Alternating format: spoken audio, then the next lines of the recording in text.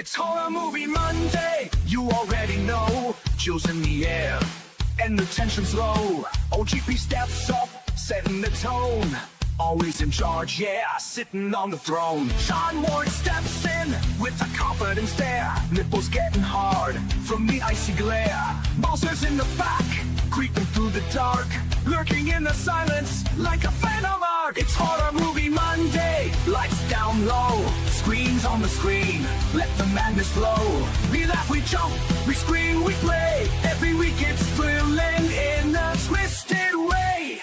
What's your favorite scary movie? Fuck you! Hello, everybody. Hello, everyone. Hello. Hello, John Ward. How are you doing this evening?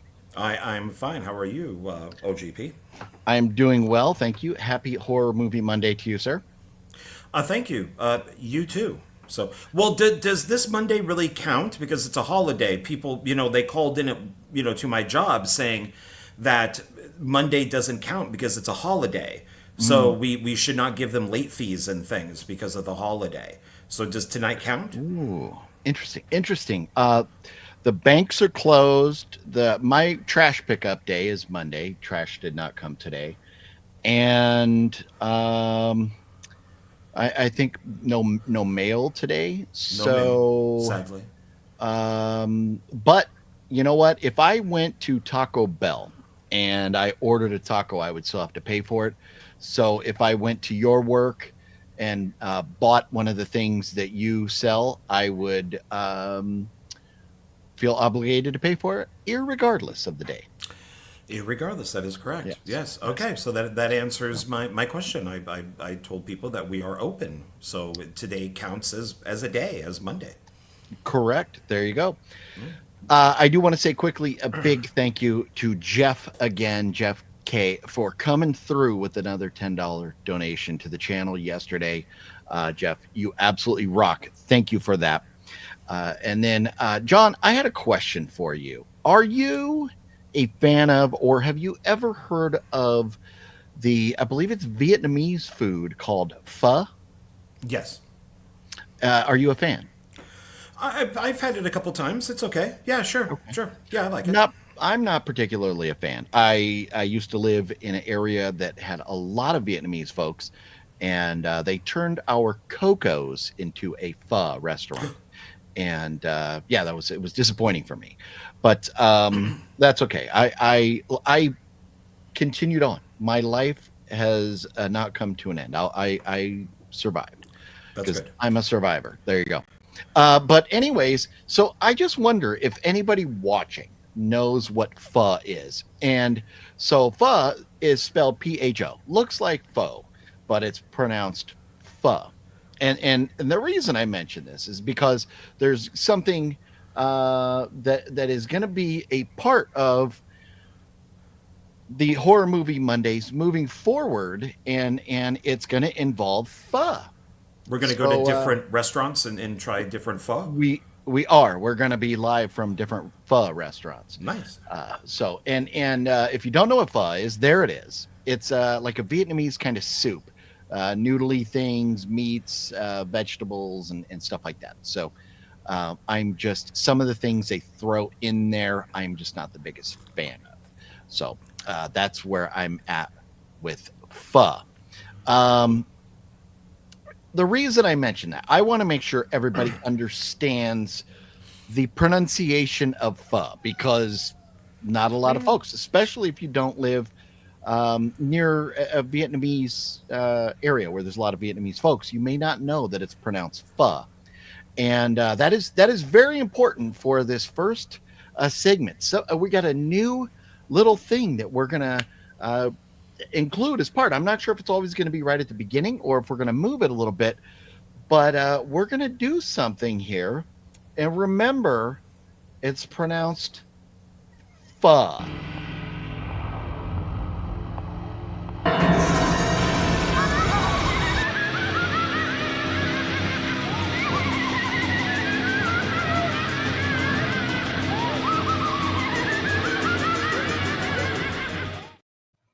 Funny Farm curry and pho. So you do the math on that. Funny Farm Pho Curry. So we thought we would have a little fun, and we want to kind of kick off the show and liven it up a little bit and have a little fun before we dive into the horror movie news. This is not going to be long. We're not going to take a lot of time on it, but this is basically a segment where we have found some funny little memes and thought we would just share them. A lot of you have probably seen a lot of these, but they're funny to us. Maybe you have, maybe you haven't, but something kind of funny just to kick off the show.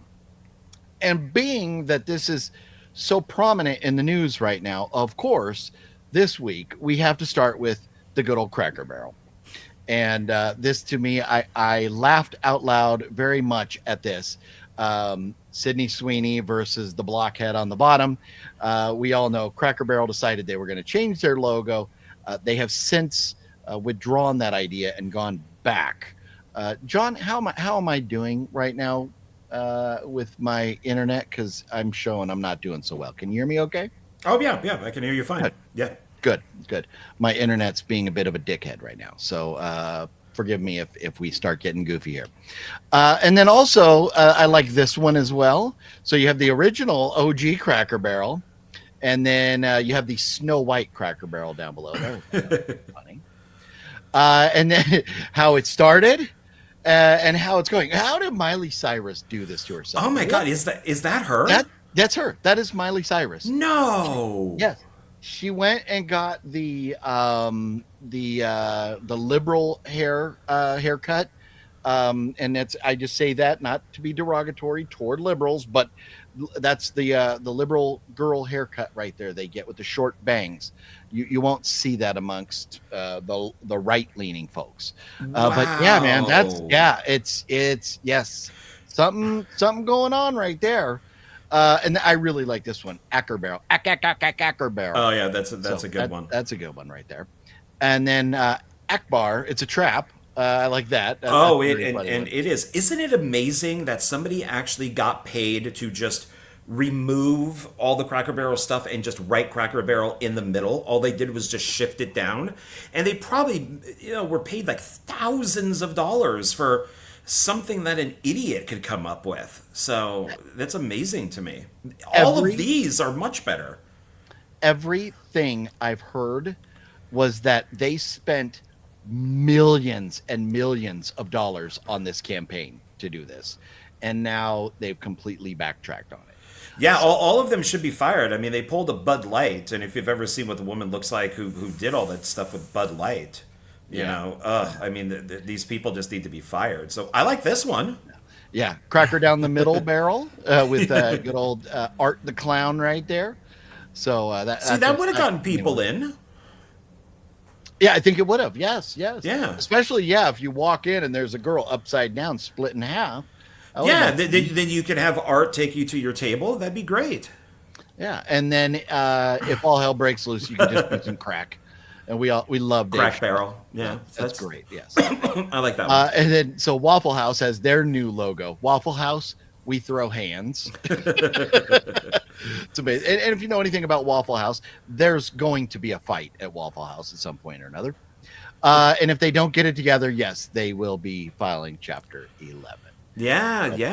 I mean, it's funny because I've been at Cracker Barrel a couple times, but it's been a long time and years in between. I now want to go visit them, but I don't want to do it under this. I want it to go back to its original logo. I want the tables to go back to where they were. I would visit Cracker Barrel the way that it used to be, but not like this. But they've done a complete 180. They've scrapped all this. They're back to the original logo. Well, it's the logo, but let's see what they do with, because they showed some pictures of some of the restaurants and how they look more like, In and Out. From what I understand, they've done a complete 180 on it. So so just to show everybody, this isn't just a segment about Cracker Barrel. This is a funny meme segment, and with the timing of the new Conjuring movie coming out this week. We have Annabelle Ozempic right here. I'd go see that. And man, Miley Cyrus is perfect right there. That's amazing. You would never know. You would never know. And then this one right here, since this is shot from Downtown, I love this. Most people are unaware that Metallica started Flock of Seagulls. And if you know anything about Flock of Seagulls, you know that's all. Yeah, that's a good one. I'm a big Amazing. Flock of Seagulls fan too. Nice. Yeah, Flock of Seagulls is great. So there it is. So there it is. Some funny stuff that I got a laugh out of, and I just thought, I'm just going to start saving these and sharing them as we go along here. So voice broke. Dang it. Yeah, you know what? I'm sorry. Okay, now it looks like my internet's back. I can't believe it would be the pictures, but my internet's showing it went out. This StreamYard app sucks. Well, when you live in South Central, what do come on, what were you expecting? Yeah. Probably you got like 20 people hijacking your internet. So, No, I like these little things because, every day is a depressing day these days. And so it's nice to, have something that gives you a little bit of a chuckle, Yes. So. Yeah, I think so. I think it's a fun little addition, and I have tons more already to show over the next couple weeks. But those were kind of relevant right now with everything going on with Cracker Barrel. Yeah. So next up this evening, there is a huge horror movie that came out this past weekend that we need to talk about.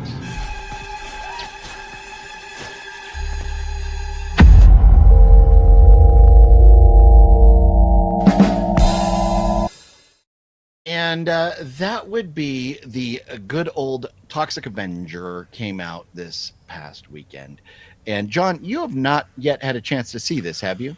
No, I just don't really care. I have sitting right here though. I do have a whole bunch of Trauma movies that I'm going to do a video on in the next day or two.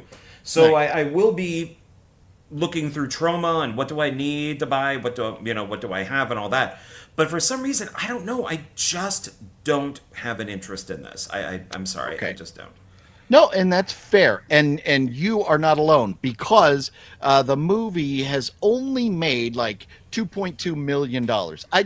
I searched and searched and searched for the budget, and everything I found is that they kept the budget under wraps. But the cool thing about the Toxic Avenger is for every $1 million it makes, they're going to eliminate $1 million worth of people's medical bills. So they're going to go help average folks. And they've guaranteed already $5 million. Trauma, the studio, everybody has said $5 million they're going to spend on eliminating people who live technically beneath the poverty line. They're going to eliminate $5 million worth of medical bills. And for every $1 million the movie makes in the theater, they're going to eliminate another $1 million. So basically, all the profits this makes in the theaters, they're going to dump right into helping people out. I love that, and I think that's awesome. Good enough reason anybody who's on the fence about seeing it should go see it. Well, I hope they help the guy on the cover. I mean, he's looking pretty bad. He is, and here's a little bit better look at him right here. This is an actual shot from the movie, and let me tell you, I went and saw this last night, and I absolutely loved it. I didn't know if I did not want to go see it. I thought about Thursday and Friday and Saturday going like, I just don't care. I just don't care. And then I sat down and I literally laughed out loud many times in the theater. I don't normally do that.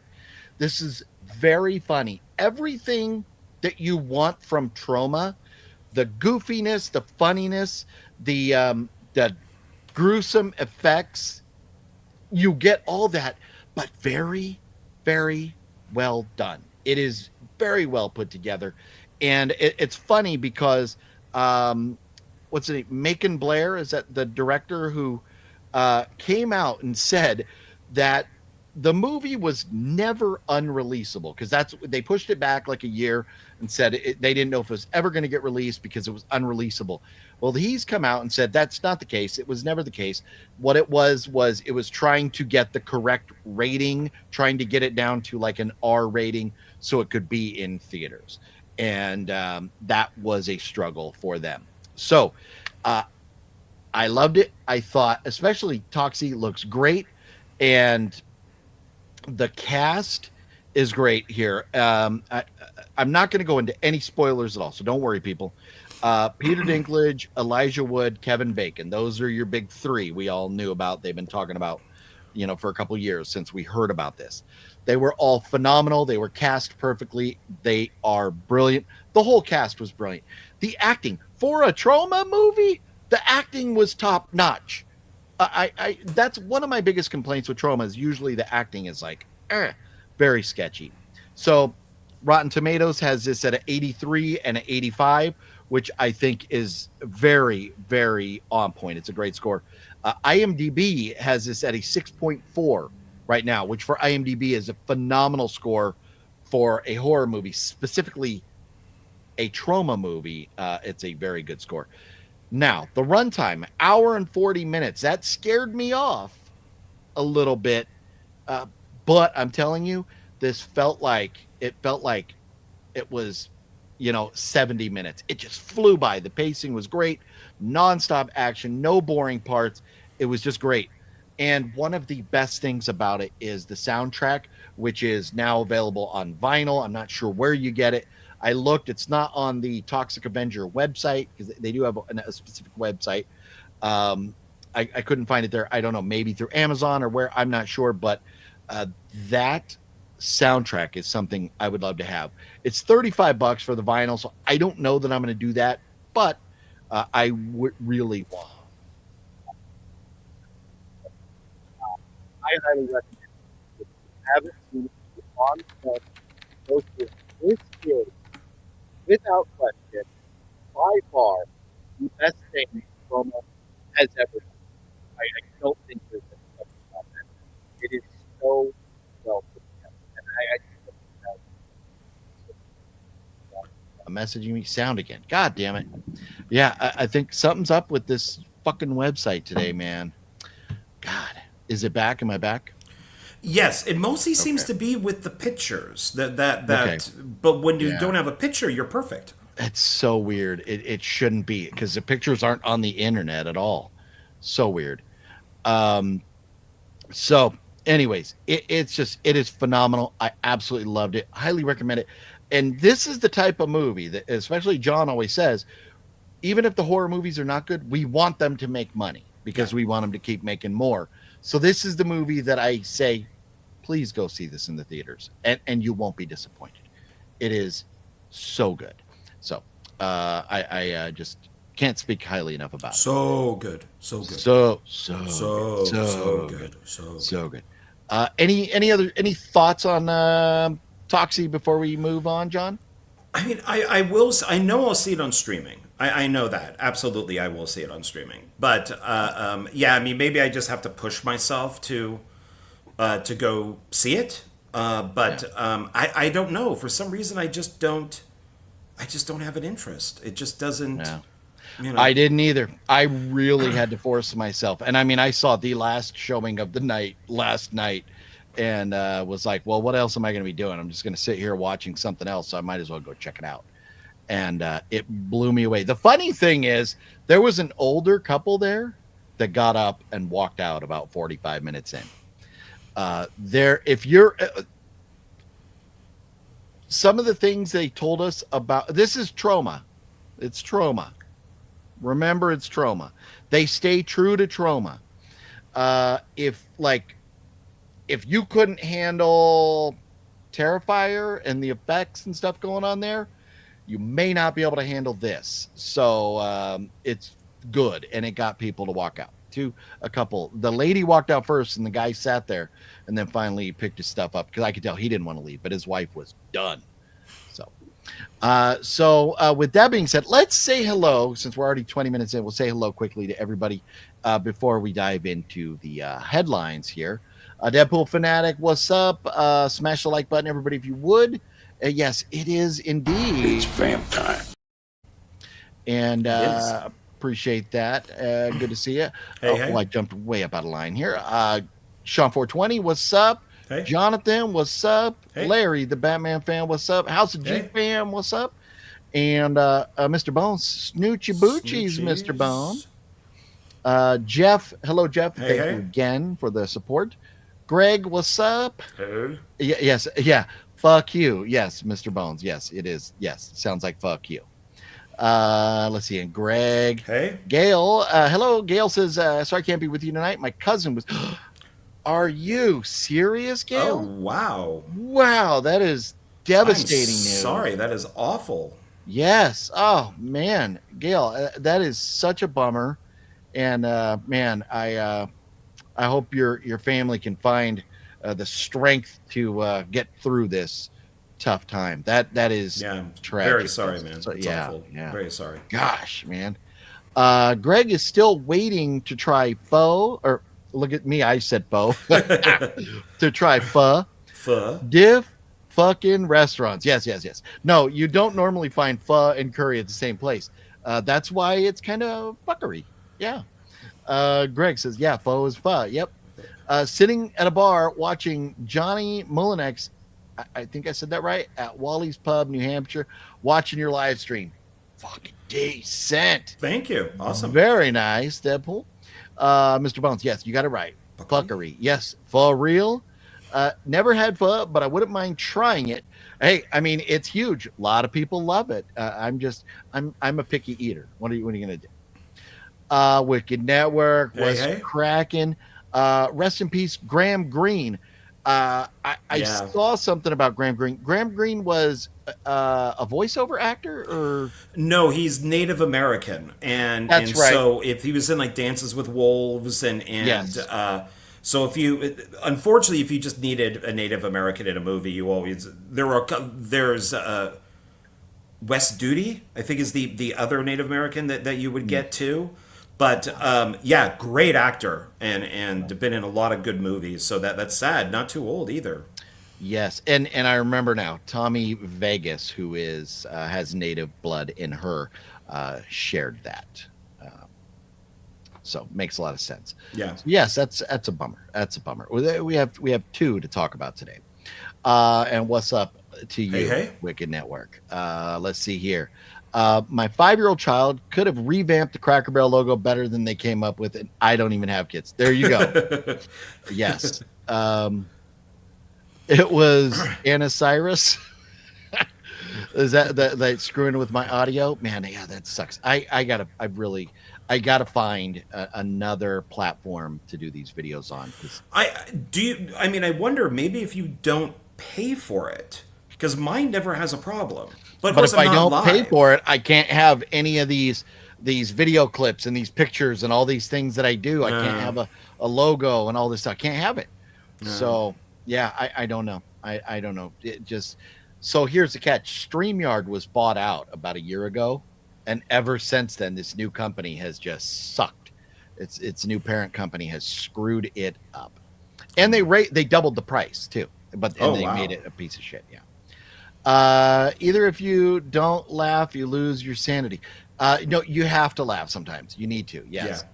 Cracker Barrel stock dropped by 14%. Yeah, I saw they lost like $100 million overnight or something. Basically, it's funny. Crazy. Yeah, their stock goes down, but yet American Eagle like skyrockets. So right. That's what they're saying now. They need to get what's her name, Sydney Sweeney, to go. Well, they're getting more. I mean, I'm now seeing more companies using the hot blonde in their advertising. So yeah, I think that they're going back to that. Maybe, yeah, people are getting a point. Yes, I forgive me for not mentioning Jacob Tremblay with Peter Dinklage, Elijah Wood, and Kevin Bacon in Toxic Avenger. So yes, and he is great. The whole cast is great. I loved it because so many trauma movies, the acting is just terrible, and this is not like that. OGP got to throw out the old trauma catalog now. Where else are you gonna go see? Car back over teenage kids. Let's not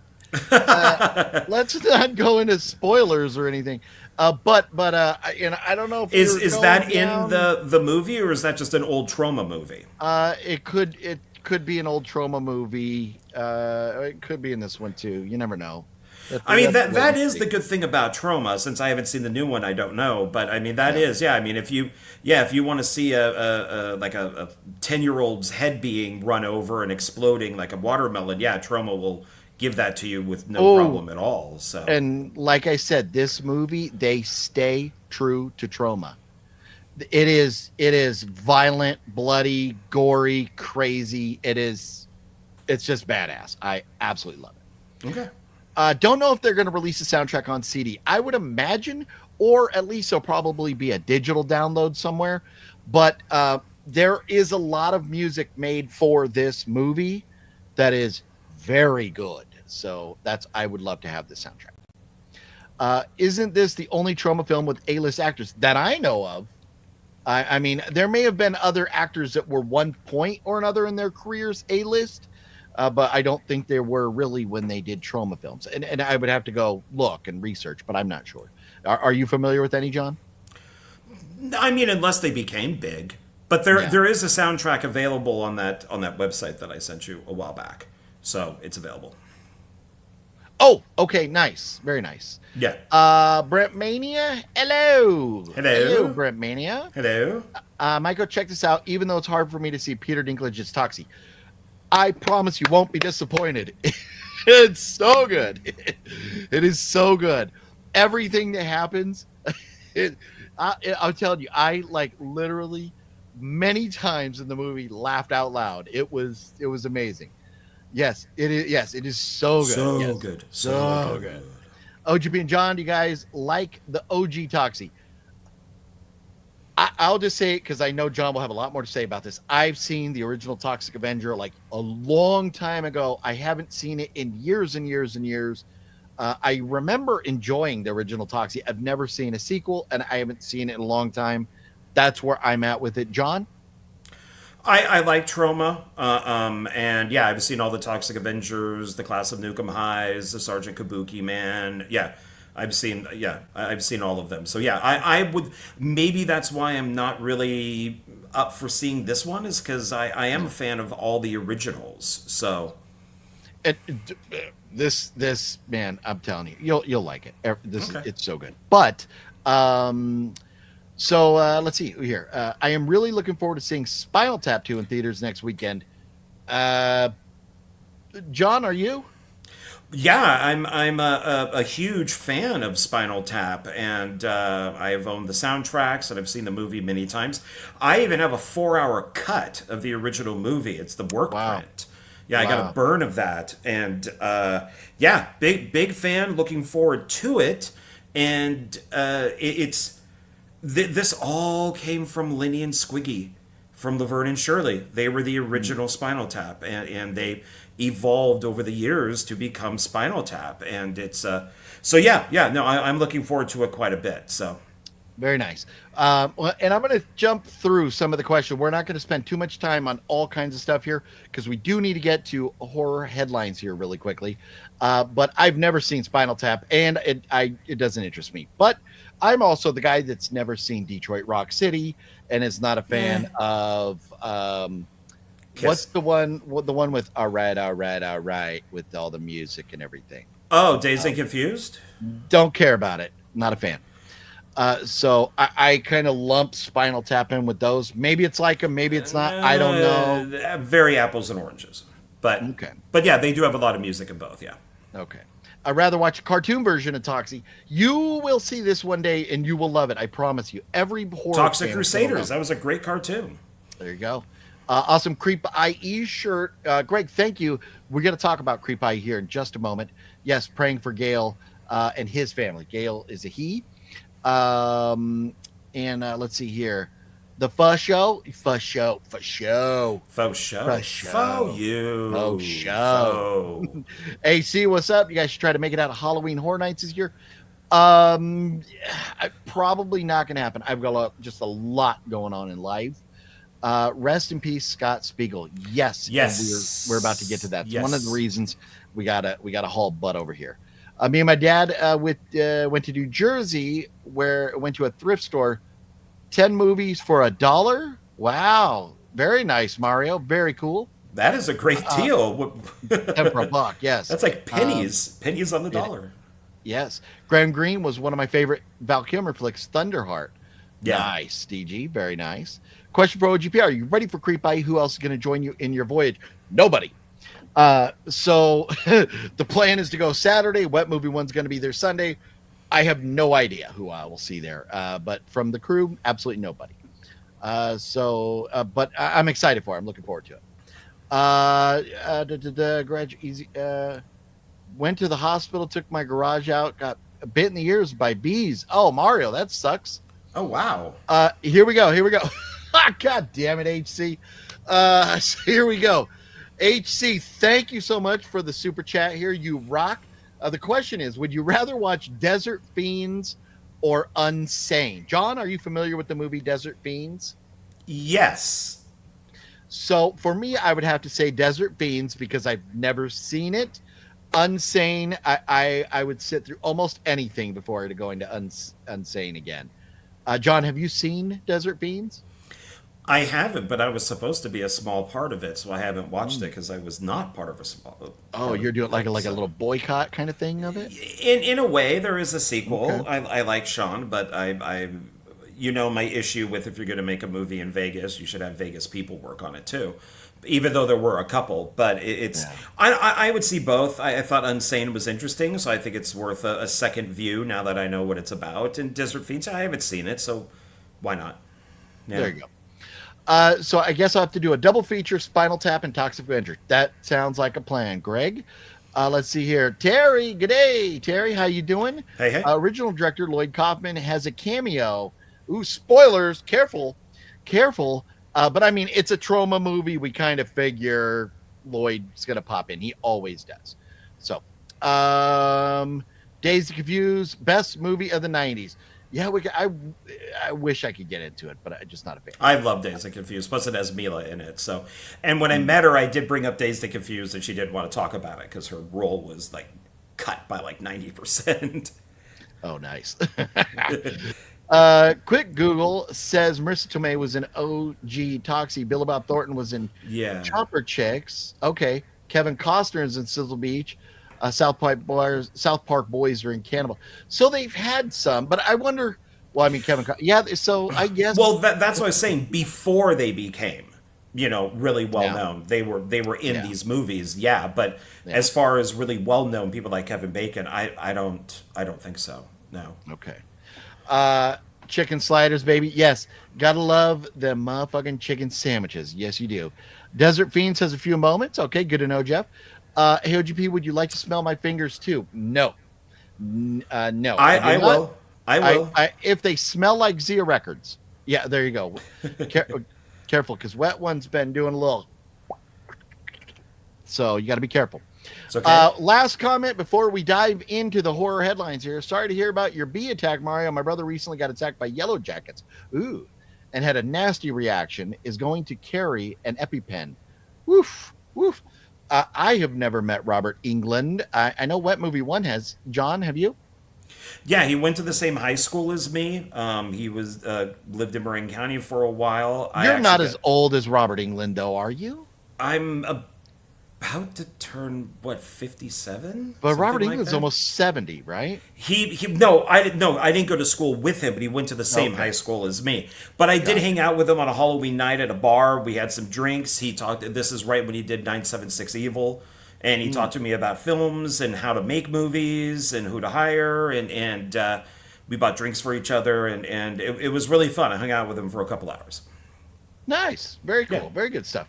So with that being said, we do have to, man, we are so late. We're going to have to work on the format here because we are 34 minutes in and we haven't even got to.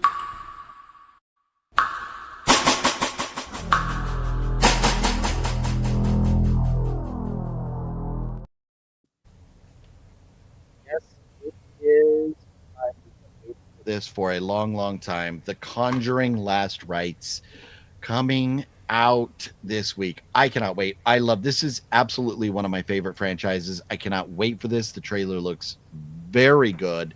It says the case that ended it all. Are you excited, John? Yeah, yeah, I want to see it. Yeah, I like The Conjuring, except for You're part gonna go 3. I like the Conjuring movies. in the theater. Yeah, yes. Okay. Yes. Okay. I saw 1 and 2 in the theater, and I skipped 3, and then saw that on streaming. Or actually, I think I saw it when I bought it. But yeah, this one looks okay. Yeah. So the interesting thing about this franchise is that I love the franchise. I love Vera Farmiga, Patrick Wilson. The concern about this, and I'm actually excited for the runtime. This is 2 hours and 15 minutes. It's a long one. And I'm okay with that because I love the franchise.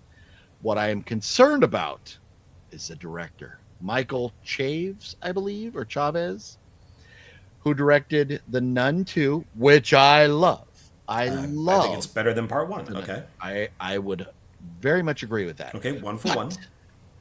But he also directed The Curse of La Llorona, Which I also liked. 2 for 2. Ooh, I hated, and I'm not a fan of Curse of La Llorona at all. And then I think he directed one of the Annabelle movies or something. He's done some other stuff. He's a James Wan protege. Yeah, I think James Wan took him and worked with him and stuff. So yeah. Yeah. But so for me, I my concern is just as much as I loved The Nun 2, I hated Curse of La Llorona. So I went both sides of the coin for me. With his directing, but I mean, I love the franchise. I really hope it's good, and I cannot wait. I will be there Thursday night with bells on. Did you like the last? What was the one that Patrick Wilson did? That's not The Conjuring, but it's Insidious. Insidious. Yes. No, I like all. I like all of them. Some better than others. Sure. So, okay, but, all right. But Insidious, I'm a very big Insidious fan too. I like Conjuring more, but I'm very big Insidious. And I think you're opposite of that, right? You like Insidious more?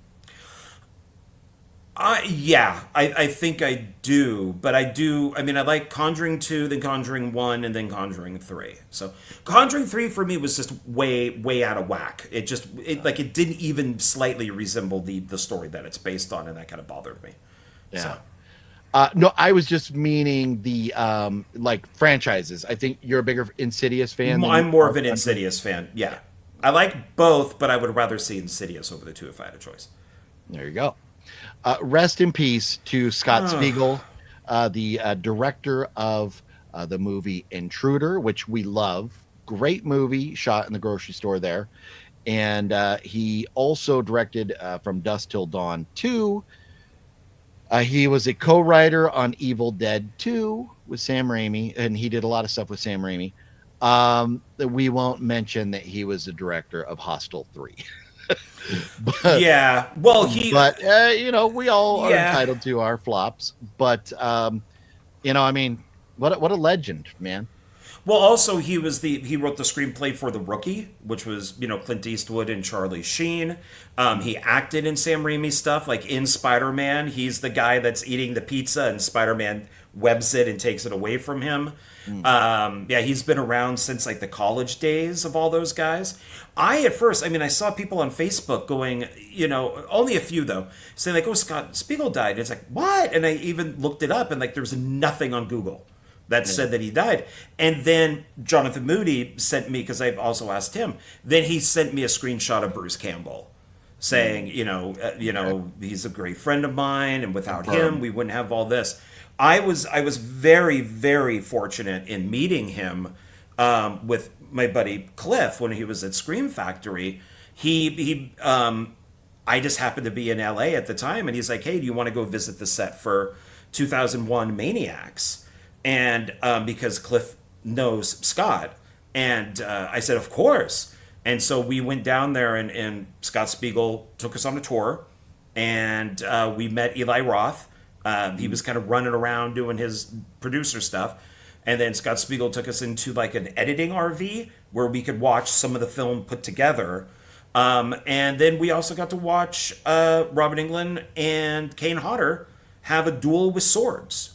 So we finally got our Freddy vs. Jason, just in the wrong movie. Nice. Yeah. So yeah, very nice guy. I'm so happy that I went. I'm so happy that I got to meet him.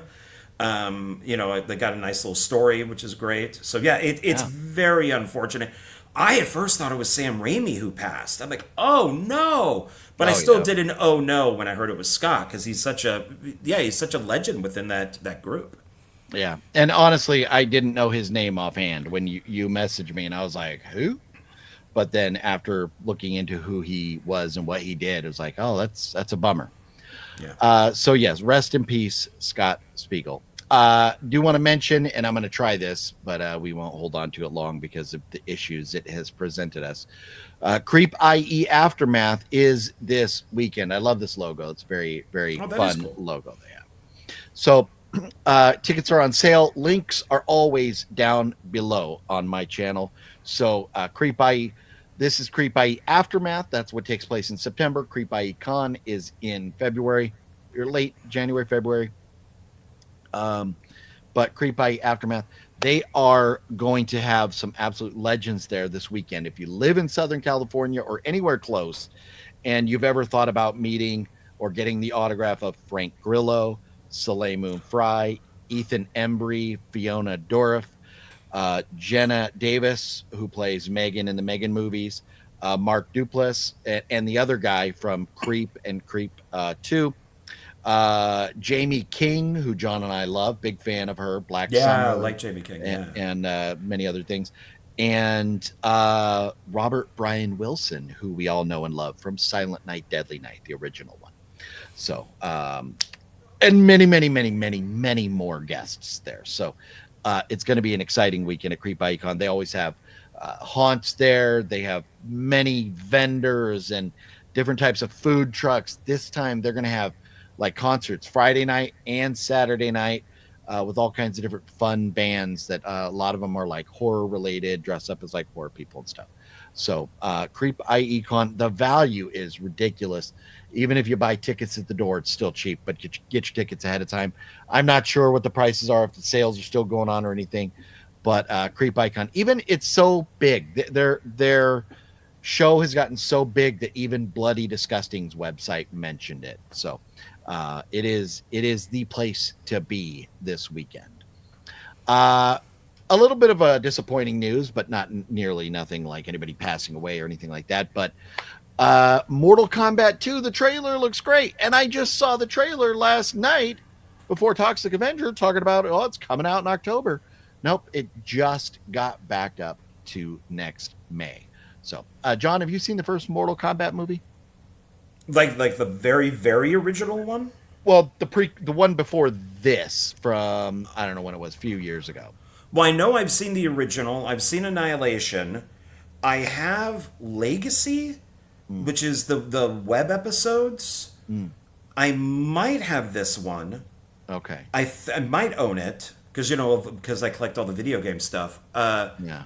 So I don't know. I'd have to look, but I've I'm not sure. I seem to remember having a conversation with you and Miranda, and you guys telling me that Mortal Kombat stuff was good, and that I should get on board with the Mortal Kombat movies. Mediocre at best. Oh, the first one is good. That's Paul W.S. Anderson, Mila's husband and the guy who did Resident Evil. But the second one, Annihilation, is awful. It is awful. Yeah, they've even said, I've looked at documentaries that have said that the effects were never finished. So the CGI looks horrible. Well, now, have you seen the trailer for this new one for Mortal Kombat 2? I think I have, maybe. Oh, the effects they're are great. blending It in looks phenomenal for some reason for me. Oh, okay. I see them a lot because I'm at the theater a lot, and I've seen it a few times now. It looks very good. I cannot wait for it. So that unfortunately got pushed back.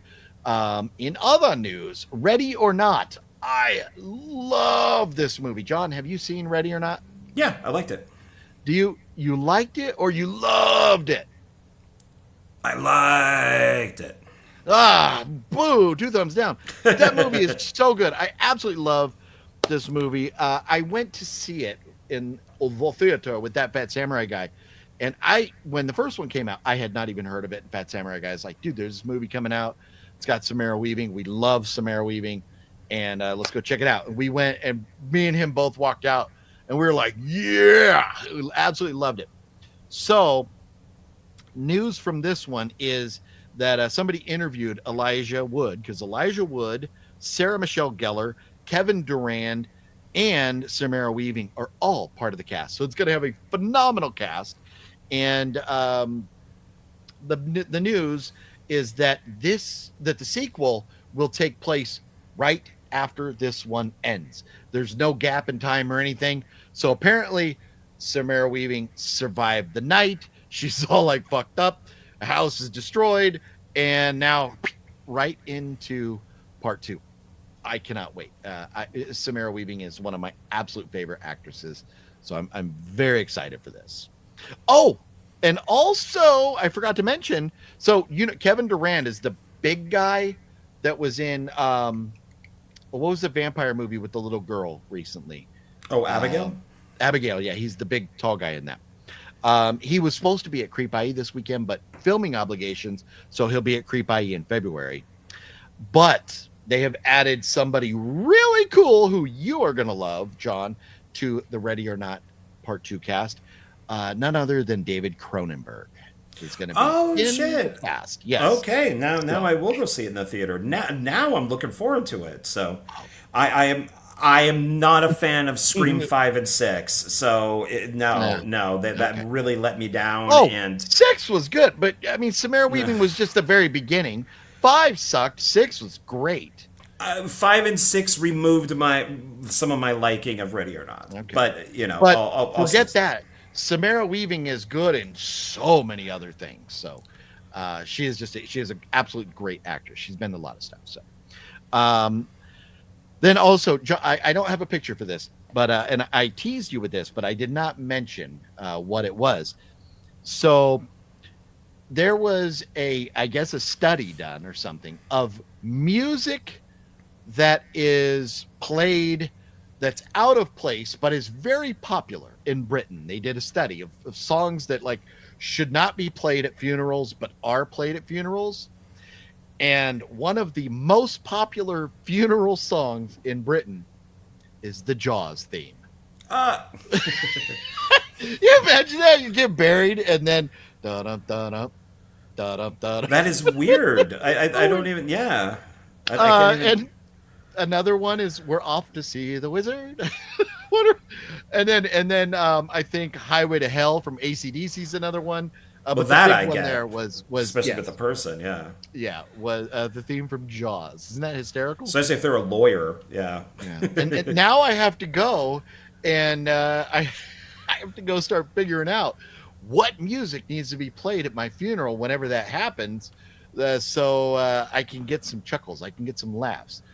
John, would you like, if you pass away before me, would you like the Jaws theme played at your funeral? No, because I don't get it. I don't. It's funny, but I don't get the context. No. What if we glue a little shark fin to the top of your coffin? Well, but I'm dead. I can't see it. That's very true. But so here's the thing: funerals are for the survivors; they're not for the dead. So they're there to help the survivors cope with the loss. So would you want the people mourning your passing to laugh? I would. I don't want everybody sitting there crying. I want everybody to have a good time, and remember, how good I was at folding my laundry or something like that. That's what I want people to remember. I would want them to play a song from a band that I like. Maybe play the Monkees. So play some Monkees. Yeah. And then we could play so it would be fucking hilarious. But some Plasmatics, man. There's some great ones there. Yeah. They're what is it? Opus in C minor, I think is my favorite song from them. I think that's Wendy's solo. But that would be, that would probably be the song. Otherwise, it might be Stop. Yeah. So as they're lowering me, stop. And then they start lowering again, stop. Yeah, there you go. And then it keeps going down. Oh, that's funny. So then moving on from there, anybody who cares, if you are a fan of the Pooniverse, Bambi the Reckoning, which is apparently officially part of the Pooniverse, is now available on video on demand. I think on Amazon you can rent it. It's about $18. Oh my God! Now, yes. That's So more than the budget. right. So just wait a while, and it'll be out there for free for all of you to see. A couple more things to talk about, then we'll get back to some of your comments before we move on. Mike Flanagan, according to Stephen King, Mike Flanagan is the Quentin Tarantino of horror.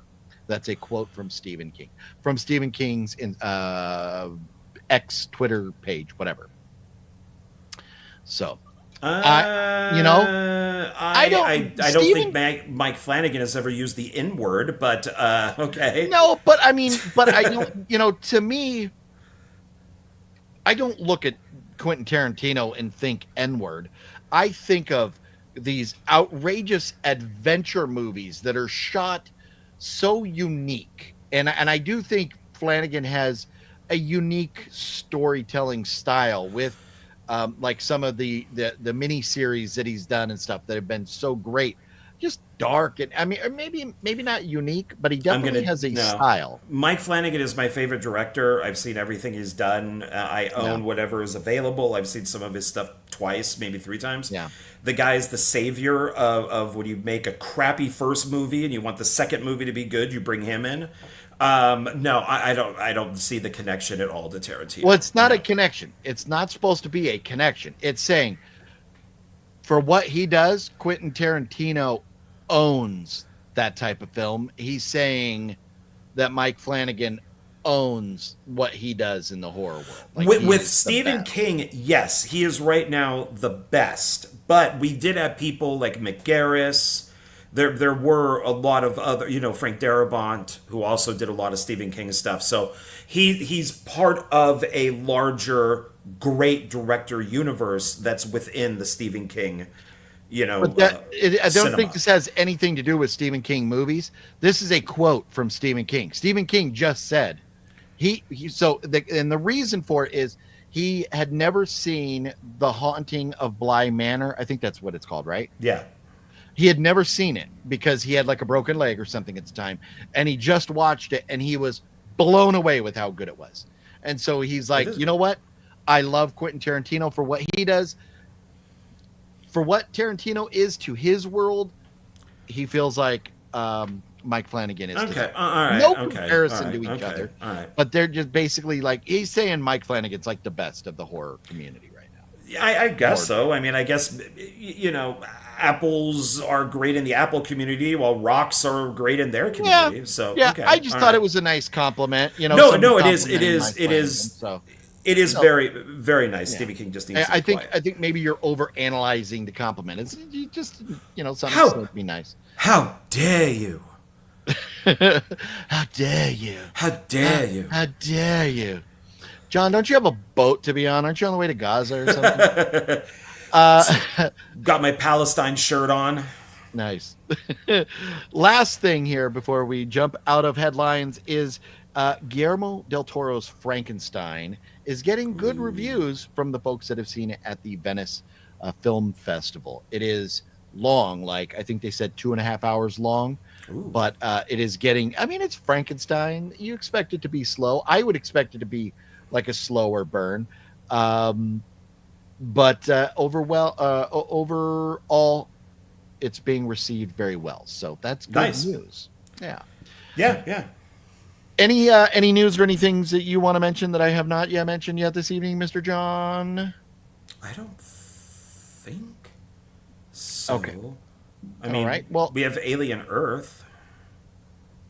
Oh, yes. So let me say hello to a few folks that have come into the chat here, and then we will talk about Alien Earth. We still need to talk about that, yes. There was a remake of Toxic Avenger, says Jennifer. What's up, Jennifer? Hey, Jennifer. Yes. It was supposed to come out 2 years ago, 2023, but it got pushed back for whatever reason, and it just came out. And it's amazing. It just hit theaters a couple days ago. So good. Yeah, you're all right. We'll let it slide this time. We'll let it slide. Yes, Jennifer. I don't think she knows fuck about fuck. Oh, John, you're right. Man, I'm off my game. I am off my, and I can't even find it right now. Jennifer, I don't know shit about fuck. Oh, there we go. I almost got it right. shit about fuck? Yes. Oh man, funny. Let's see here. Intruder is such a fun movie. One of my favorite kills all time is the bandsaw from Intruder. Yeah. Rest in peace, Scott. Yes. It's a really fun movie. Great ending. Fun movie. Yes. Agreed. I wish I stayed not knowing about it. What? Oh. She's talking about now. Literally just found out about the new War of the World movie. Yeah, and agreed. It is being called like one of the worst, if not the worst movie ever made. I am so tempted to watch it. Ooh, man, it's I've not heard anything good. Nothing. Heath B, what's going on, Heath B? We can't make it to SoCal this time for Creep I.E, but what a killer lineup. Enjoy, chaps. Oh, thank you. How's the GFam? Yeah, and that's the thing. You can't do all these conventions. I don't go to all the conventions. You just can't make it to them. You would go broke and you would have no other life. I possibly might get to go to Chiller Theater in New Jersey in October. Very nice. Cool. I guess Burn in Hell by Twisted Sister is not a good song to play at a funeral, or Slayer. No.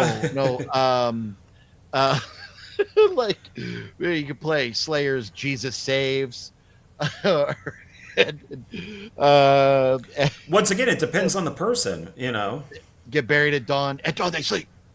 Vampire song, but no, Slayer. I mean, here's the thing. I would love some Slayer rocking. That would be great, but typically no. My family may not appreciate it, but that's a great track by Wow, John. What's Wow? What are we talking about? Wendy O. Williams. Oh, always, man. Yeah, always. Okay. Yep. Yeah. No. Yeah. Gotcha. I one of these days, the whole Wow thing. I see Wow and I think of Women of Wrestling. I'm actually I found my picture of what I'm going to have my first tattoo as, and it's going to be the 3 logos. So the first one will be the punk version of Plasmatics, the second one will be the heavy metal version, and then the bottom one will be the WOW, and then we'll have my favorite song title, and then we'll have the date of Wendy O. Williams' birth and death on it. So nice. Yeah, that's going to be my first tattoo, I've decided. Very cool. I think Last Caress by the Misfits would be a nice song at a funeral. That would be interesting. Yeah. And the Misfits are great. Do you go Misfits or do you go the cover by Metallica? I would say Misfits. Metallica's one is good, but you got to go with the original. Yeah, so you're right. I agree.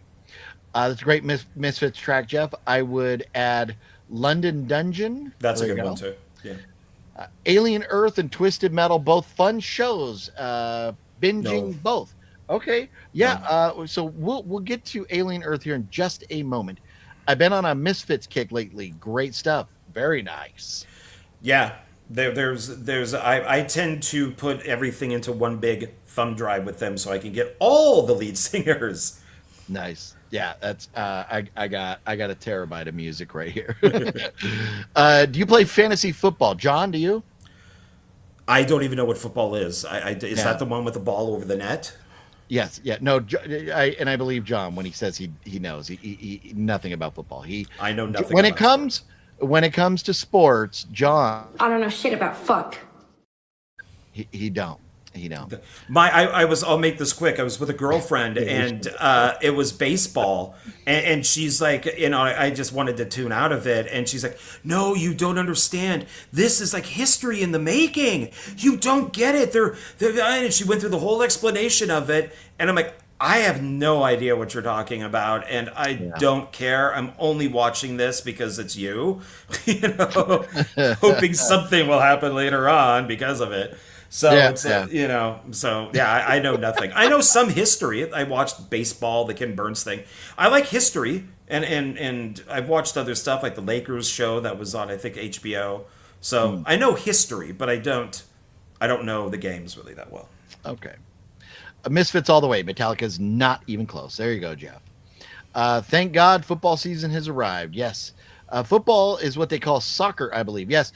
Football is soccer in everywhere aside from the United States. With that being said, we do need to talk about a couple other things here. We gotta talk about. Oh, and I'm gonna tease this. I should have teased this earlier. We got a bunch of pickups from Zia Records. We have not even mentioned that yet. Huge. We got Huge. Zia Records haul over here, and we got So a fun huge. new intro for our pickups segment that I think you guys will like. Good new little intro. We're trying to make little intros for everything. But okay, first, let me say these two first before John gets on a rant. Wednesday, the first 4 episodes were fun. I don't think it's as good as the first season, but I've really enjoyed it. I think September 3rd. I think we're just a couple days away from the next 4 episodes being released, so be on the lookout for that. Dexter Resurrection is now my favorite season of television of all time. This has passed The Sopranos. This has passed Breaking Bad. This has passed everything. This season of this show is my favorite of all time. The episode 9 that just came out has a 9.9 rating on IMDb. At least it did when there was a news article about it yesterday. So it is almost a perfect rating for this week's episode. And if you watch it and you're a fan of Dexter, I'm telling you, it is maybe it's one of my top 3 favorite episodes of the entire show. And I don't want to start comparing to other things as to allude to what may or may not have happened in this past episode. But holy shit. Wow. So good. And So good. talking about Peter Dinklage is I am falling in love with Peter Dinklage as an actor between Toxic Avenger and Dexter. He is so good. He is so good. So do yourselves a favor. Fucking watch Dexter. Oh my God. And the cast is it's a star-studded cast. It's so good. And there we go. Now it's time to shit on everybody's parade. Alien Earth. I'm up to, I think there's 4 episodes out, right, John, so far? I think Maybe a tonight new is. one like I think tonight is or 4. tomorrow. Well, tonight would be 5. There are already 4 out. Are there already 4 out? Yeah. I'm gonna have to look this up. Did I Episode miss one? episode 3 disappointed me, but episode 4 wasn't so bad. But they are to me. I could take it or leave it. Are you pulling it up? Yeah, because I'm wondering if for some reason I know I've seen the first one. I know I've seen the second one. The third one is Metamorphosis. Fuck, God, that stupid Peter Pan garbage. Observation. What's Peter Pan? Because this entire thing is like an allegory for Peter Pan. They bring it up in every friggin' episode. I don't. Do they specifically reference Peter Pan? Like, Oh my God, all the time. They talk about Peter Pan and Captain Kirk and Wendy and the Lost Boys. And that's why the lead girl is Wendy and all the other girls are the Lost Boys. Even the main guy, the billionaire, he's reading Peter Pan. So it's, yeah. Oh, okay. I must have missed that. Here's the thing. The show is okay. The show is okay. I'm not in love with the show. It hasn't made me angry like it has John. But I'm just kind of a casual fan. I'm a casual fan. And so, to me, I don't care. I'm not going to lose sleep if it's good or not. God damn it, sound again. Yeah, get rid of the picture. But this is a different. This is the other picture was the problem. The other thing. But there's been 5. Well, maybe the 5th episode came out today. Then, right? Yeah. I'm looking at it right now. Number 5 is on the 2nd. Oh, so it comes out tomorrow. So it's on Tuesday. Yeah. So okay. Yeah. There's 8 episodes. So I don't know. Maybe I'll just stick with it. I thought of not watching it, but I think it is one of the worst shows ever made. I think it is god awful. So, yeah, man, this damn. Sorry, I just totally lost track. I hate StreamYard. I hate the fact that, I mean, I've spent over $2,000 on a new computer. Top of the line microphones and cameras. I'm not even just wired into the computer. I have a mixer, a audio mixer over here. There should be no fucking reason for any of this. And StreamYard, man, kills me. So, I don't know. For me, like, they've been okay episode. And you'll appreciate this, John. So Fat Samurai Guy and Lady Fat Blood, they were like, see, episodes 1 and 2, they were like, okay, this is cool. Episode 3, they're like, Episode 4, now they're like, this is bullshit. Everything. So I think it's Blade Runner. That's all it is. They wanted to make a Blade Runner show. The studio said no. We want to do Alien, and they're like, fuck. Okay, we'll just make this Alien then. It's Blade Runner. That's all it is. You know, and Blade Runner is part of the universe. Yeah. So it actually has been since the original Alien, but same director and stuff. But Ridley Scott. But I just think it's garbage. I didn't like Prometheus. They cut out all the good stuff with the engineers. That's all, to just make them big dumb aliens. And I think Alien Covenant is one of the greatest alien ripoffs you could possibly have. I think it's hilarious. Forbidden World is actually a much better movie, the Jim Wynorski written film. And then Alien Romulus, which I just watched, is like, come on, guys. Like, it's not that hard to make these things. It's an alien on a ship. How hard is it? It's a haunted house movie in space. And they just suck. You see, Ridley Scott came out and said he wants to make another Alien sequel. Which he should, because, Covenant and this don't match. So, he wanted to make 3, so he should do another one. Yeah, it would be the Prometheus Covenant trilogy he wants to finish up. So yeah. I hope so. That would be cool.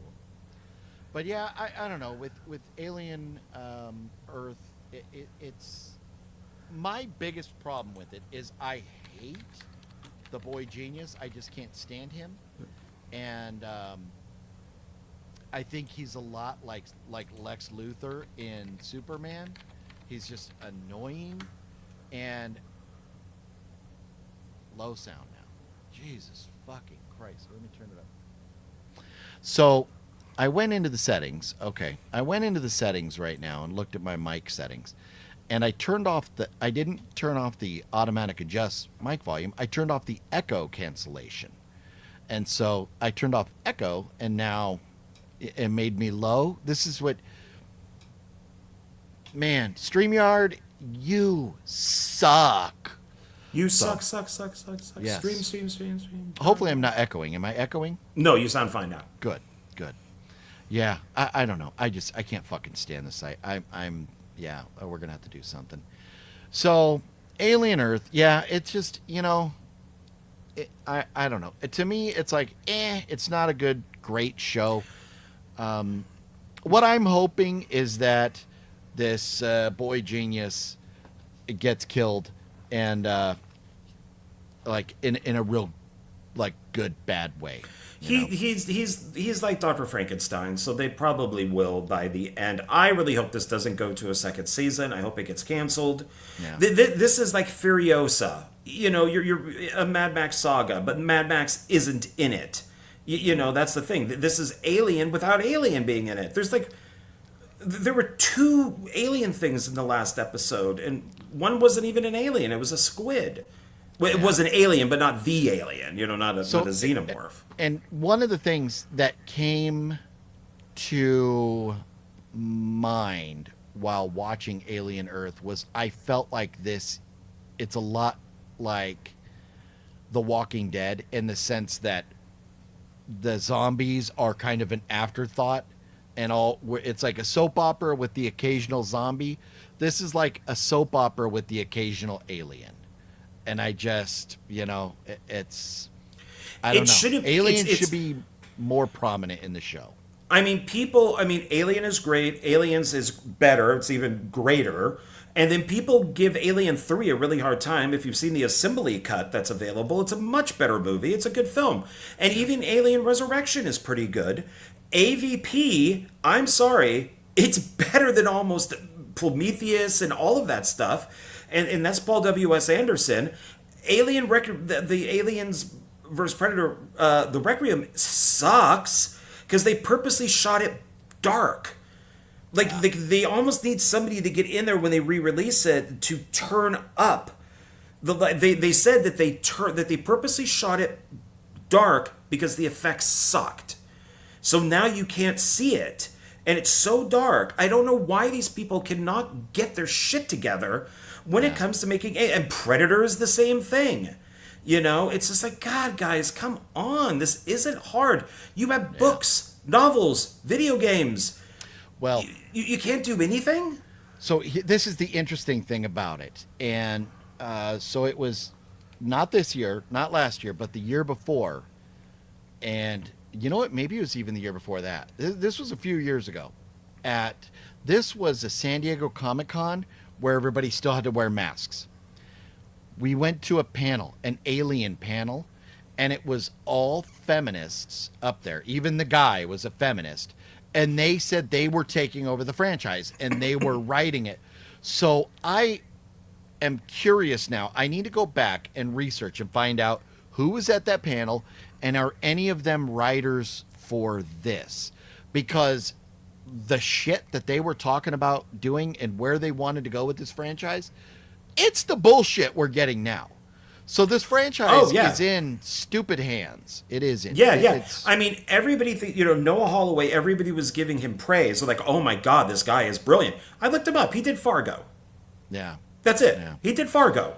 Yeah. He's okay, fine. He did one good show. I never watched it, but I heard it was good. I liked the movie. But it's like, so you're giving this guy praise over one show. Okay, fine. Do 3 shows and then praise him. Don't do one. Everybody can be a one-hit wonder. Yeah. I'll stop the presses. Robert C. is here. It's been a while. How you doing, Robert C? Yes, and Wake Network says, "What's up, Robert C? It's been a while." But here's the thing, and I haven't been beating Robert over the head about not being here or anything, because I see a lot of pictures. Robert's been hanging out quite a bit with Rachel, and I hope they're doing well. Seems like their relationship may be blossoming a bit, and I think that's really cool. So, but Robert, it is good to see you, homeboy. Man, I had hoped actually to be out in Dallas this past weekend, but my brother had gotten sick, and we just didn't know what was going on and stuff. So I did not end up going out there. I would have been doing this show from Dallas, but I wanted to get out there, but I haven't. But I can't wait to get back out there and hang with Robert. Maybe get to meet Rachel. Be pretty cool too. But don't apologize at all, Robert. You're good. I just hope you're doing well, and so say hello to Rachel for us if you would. Hopefully, you guys are out having some fun and doing your thing. Here's the catch. I know when you work a full-time job, you got to go, especially when you have you're in a relationship. You got to go spend your off time with your girl. So we're not mad at you. We get it. I thought you was going to say they had a baby. No, well, I think if I remember right, Rachel, I think, has a daughter, but I not together. Not together. So as far as I know. So, but I don't want to be putting words in anybody's mouth. But Robert, great to see you, dude. Hopefully you're doing well. So John, were we ready to move on from the abomination that is Alien Earth? The abortion, yes. The abortion. So, like I said, we basically kind of forgot to even mention that we had pickups from Zia Records. John, do you have anything else to mention before we dive into pickups, or are you ready to do this? I'm ready to do this, but I'll say very shortly. I'm tired of all this stuff with TV and all that. The people need to be fired. They need to stop. Like, I've been watching the Arrowverse, and I'm enjoying it, but it's going to take me years to watch everything. Because that's so a good thing, though. It is already done, and you watch it at your leisure. But I saw on YouTube, there's this thing where it has all of these pictures. They're all in circles. And down below it says, every woke, in capital letters, TV show that got canceled because of wokeness. Everyone was a freaking Arrowverse show.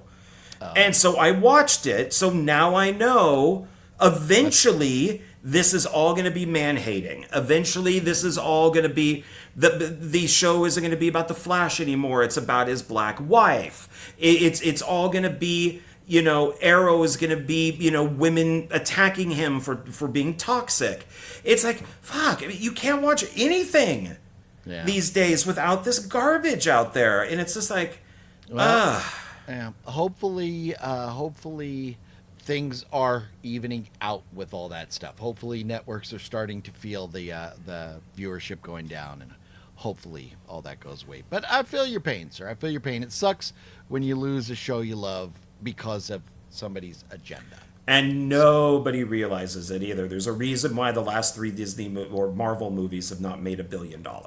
So, yeah. Well, with that being said, let's dive in. So, check this out. Here we go. A brand new, we had two. We had the Funny Farm intro earlier, and now the world premiere of the, well, I guess just Horror Movie Monday pickup segment intro. I have a serious Blu-ray addiction. You gotta be quicker than that. I'm serious. I'm actually gonna catch him all. Oh, what's in the box? No, Now that's an addiction, man. I never said that. I never knew you were a pickup man. We're right now at the Blockbuster Video Store. And you're an absolute legend if you can name everybody in there. The one horror character with the mask, that was the Collector from the Collector and Collection and stuff. But anyways, I had some fun with that. And right off the bat, that's Eli Roth at Amoeba Records doing the What's in His Bag, and he's addicted to buying Blu-rays. And if you want to watch a fun video, watch Eli Roth's on the Amoeba's YouTube channel. The Eli Roth What's in My Bag is very good. He talks about he wanted Brad Pitt to watch, I'm forgetting what movie, a horror movie, and so he gave Brad Pitt one of his horror movies, so he had to buy a new one. So that's kind of cool. oh, how But pickups, man, pickups. We got a lot of them. So John and I got to hang out for a quick little trip a few days ago. Didn't really do much, so don't have much to report from Vegas, aside from hanging out with John, watching a couple movies, and going to Zia Records like we so dearly love to do, getting to our happy place. Yes. So let's, you want to do one and one? How do you have your pickups organized over there, John? I have some Blu-rays first, and then it gets into all the DVDs that are all mixed. So Okay. Well, why don't you lead off? okay, well, let me, since this is a horror show, let me do horror first here then. Okay, so we'll do this one. So most of these I got on sale. I haven't taken any of the stickers off. So, but I did pick up Vin Diesel in. Do we want to go one me, one Yeah, we'll you? go one or- and one. Unless you have a couple that are related to each other. Go ahead and No. show them all. Oh, okay. That'll be later then. Okay. Okay. So I picked up The Last Witch Hunter with Vin Diesel. Okay. So like me some Vin. So that's my first one. There you go. Well, I got me this because of Kim Coates. I'm a fan of Kim Coates, and that's Officer Down. Not like a Down syndrome, but his name is like Officer Down. And there's like a gun, and there's Kim Coates right there from, who we all know from Sons of Anarchy, if you've seen that. Great. And I took off like a lot of the stickers, but I left the prices on there. So this one I paid $3.99 for. I think this might have been in one of those clearance bins, but it sounds pretty fun. I don't know anybody else or anything else about it, but Kim Coates and the artwork look cool. So for $4, thought it was worth rolling the dice. Yeah, because a lot of these were out of those discount bins. Like my The Last Witch Hunter was $2.99 when it was $5.99. So I did pick up the Brothers Grimm. So was $7.99 now $3.99. So I picked that up. Oh, nice. There you go. Yeah. I could have given you mine before I either threw it away or traded it in. Well, then you couldn't give it to me, could you? Yeah, if I would have known you needed or wanted, my apologies. But even though well, I only had it because it was Matt Damon, and I'm not a fan. I mean, it's Have you Terry seen it Gilliam. before? No, I haven't, but it's based on the Brothers Grimm stories, and it's Terry Gilliam, and you know, Matt Damon and Heath Ledger. So I don't know. I don't think it could be that bad. Well, I hope you enjoy it. I'll try. And then I am disappointed. I bought something and I am disappointed. I bought Pearl. So it was $12.99, and I'm like, finally, Pearl, because Pearl at Zia has been like $25 or more. And so I found it for $12.99. I'm like, cool, nice. And then I get back home and I'm walking through Walmart, and they have Pearl with a slip cover for $14.99. So I could have got it brand new for $2 more with a slip. But what are you going to do? If they come out with a box set for this, I will still buy the box. I want a 4K box set of this trilogy. This is arguably the best horror trilogy of all time. X, Pearl, and Maxine. It is so damn good. I had to have it. I finally found it for the right price. So $12.99 for Pearl. I was happy to get it. I wish, and it does. I got the DVD and the Blu-ray there. That's the one thing. At Walmart, theirs may not have the DVD, but I don't really care. I would rather have the slip. So, although it's not the original slip, although they're not buried side by side. I've been editing Clown Motel Massacre too much. I've been because I keep rewatching it over and over and over, and that's one of the lines. But anyways, Pearl, I got that. Okay. Now I have all three from that franchise. There you go. I have none. I will buy them. I liked all of them, but I just don't have them now. This I had no idea was based on a graphic novel, but I like who's in it, so why not? It goes with my comic book movies, and that's Two Guns, Denzel Washington and Mark Wahlberg. Yeah, it's a fun one. It's not the best Denzel movie ever. It's not the best Mark Wahlberg, but it's fun. Those two guys together are great. I absolutely love both of them. Denzel much more than Mark Wahlberg, but that's a good pickup right there. Yeah. What'd you pay for that? $5.99. This one wasn't Not on bad. sale, but it was cheap. So Not bad. Yeah, a good Denzel movie on Blu-ray, can't go wrong. The next one I bought, I did not own, and I felt like I should. Wes Craven's Shocker. And I know, shocker, OGP didn't own a movie. And it was $10.99. But, I mean, it was some little old company called Scream Factory. I don't know if anybody's ever heard of them or not. you know, if you look on the back and you find out who produced that Blu-ray. No, he's not on here. I hate to break it to you. No, he's on there. He's not on here. He's on there. Don't make me get up. William, Shep, Wes, Barn Kumar, Wes Craven, some guy named Mike Pelagi. Mitch Pileggi? Well, not in the starring, down at who produced the Blu-ray. Anyways, Shocker. Not the best Wes Craven movie. But I didn't own it, and I thought, it's Oh, no, something I that got should be it. in my collection. Yeah. I got it back there. There you go. I watched a movie. I don't know what it was. Probably a drama or something. And two movies with Charlie Hunnam. Is that how you say his name? Hunnam? Ooh, love Charlie Hunnam. Yes, that is. That is Jax. Speaking of Sons of Anarchy, with our good friend Kim Coates over here. Oh, okay. So they had two films: The Lost City of Z and the remake of Papillon. And so I was able to find for instead of $13.99, it was $7.99. The Lost City of Z. So this is a kind of a drama adventure, go to the Amazon type of thing. I wonder if I have that. Well, it has Robert Patterson. It's got Selena Miller, Tom Holland. Says one of 2017's best movies. That's from Vanity Fair. Well, if I have it, it's going to be way up there. So I'll look on my phone. But maybe that's something we add to homework assignment here at some point or another.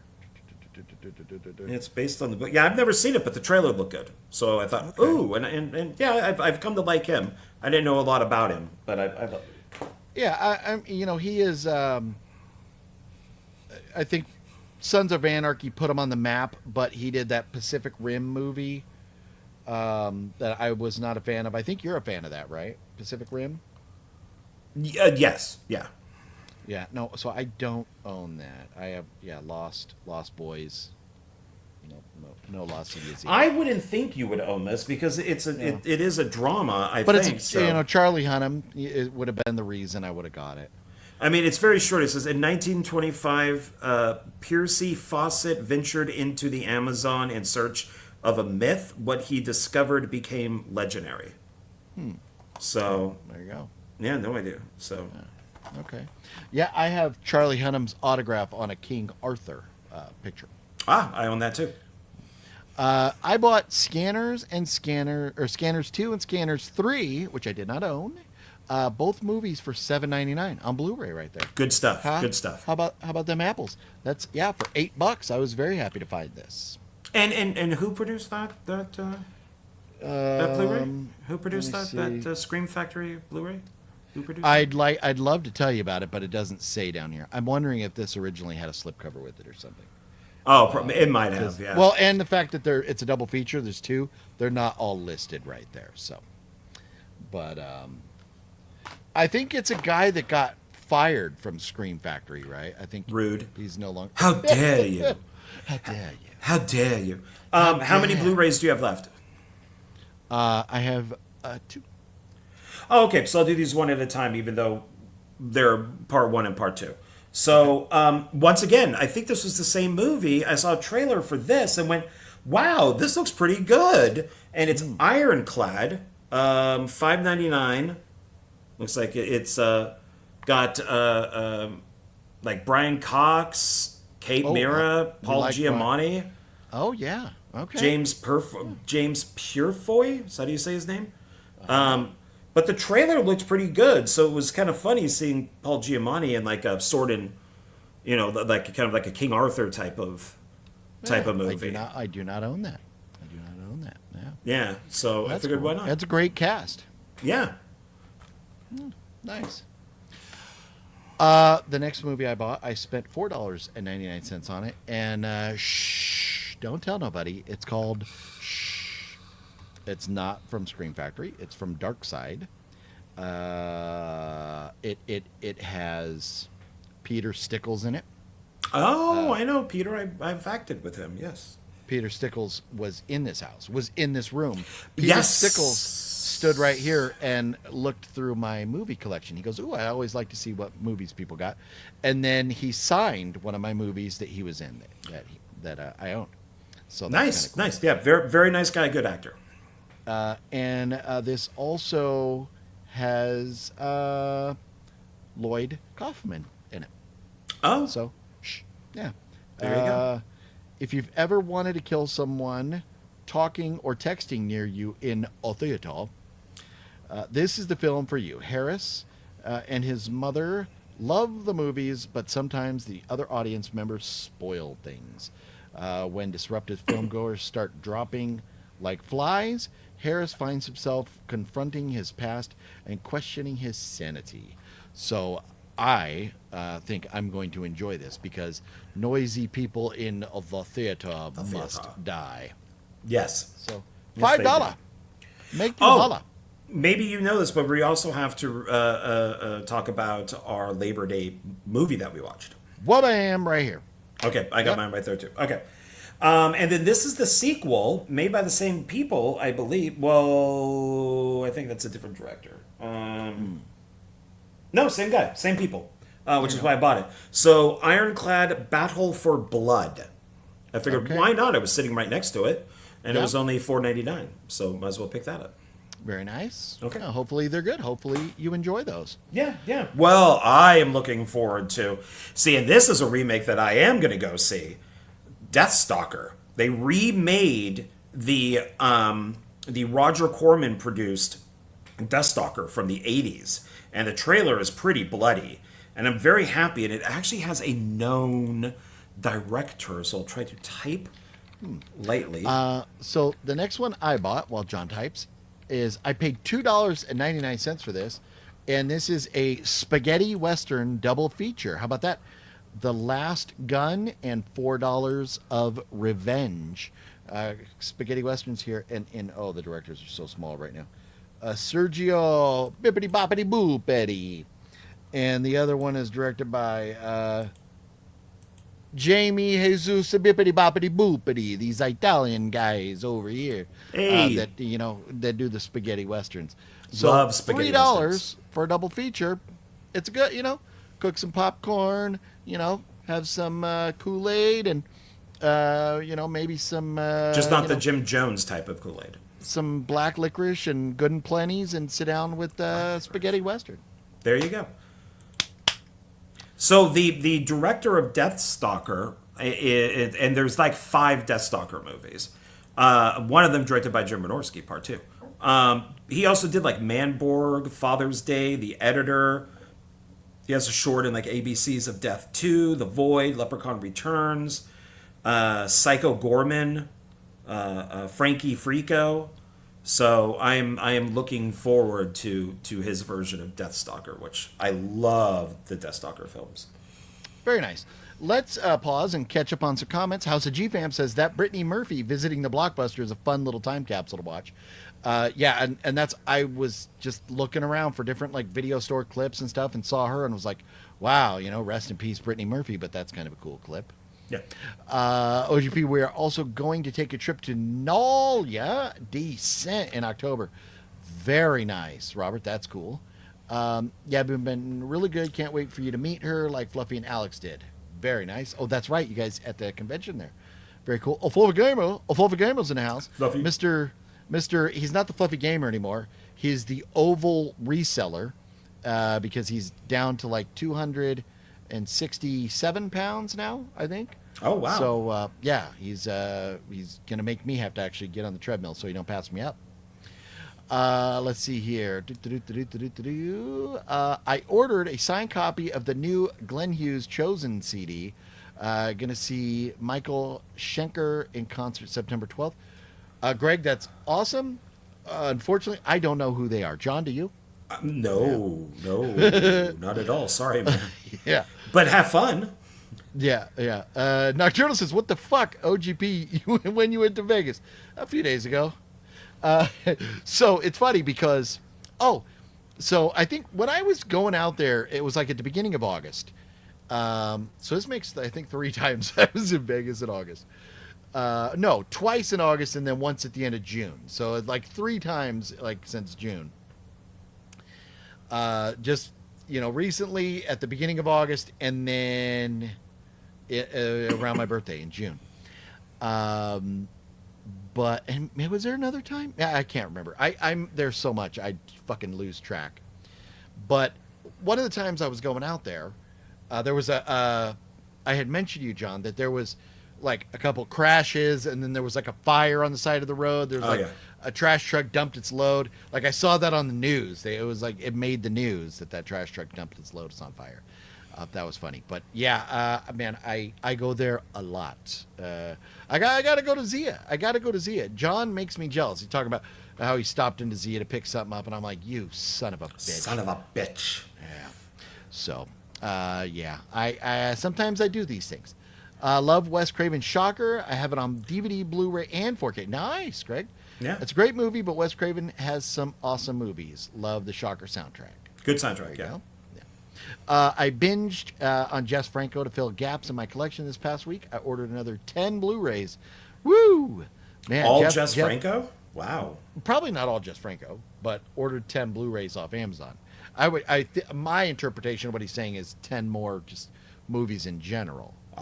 But maybe is there 10 Jess Franco Blu-rays to order? I don't know. Starring Daniel Bernhardt from the old Bloodsport sequels. Did I miss a comment? Or maybe he was responding to something you said? I'm not sure. Fluffy, I seen a magic trick you did on Facebook. Oh, Fluffy did a magic trick on Facebook? I did not see that. I've actually been enjoying Alien Earth. Well, how about that? How about that? No? Yeah? To eat their own. There you go.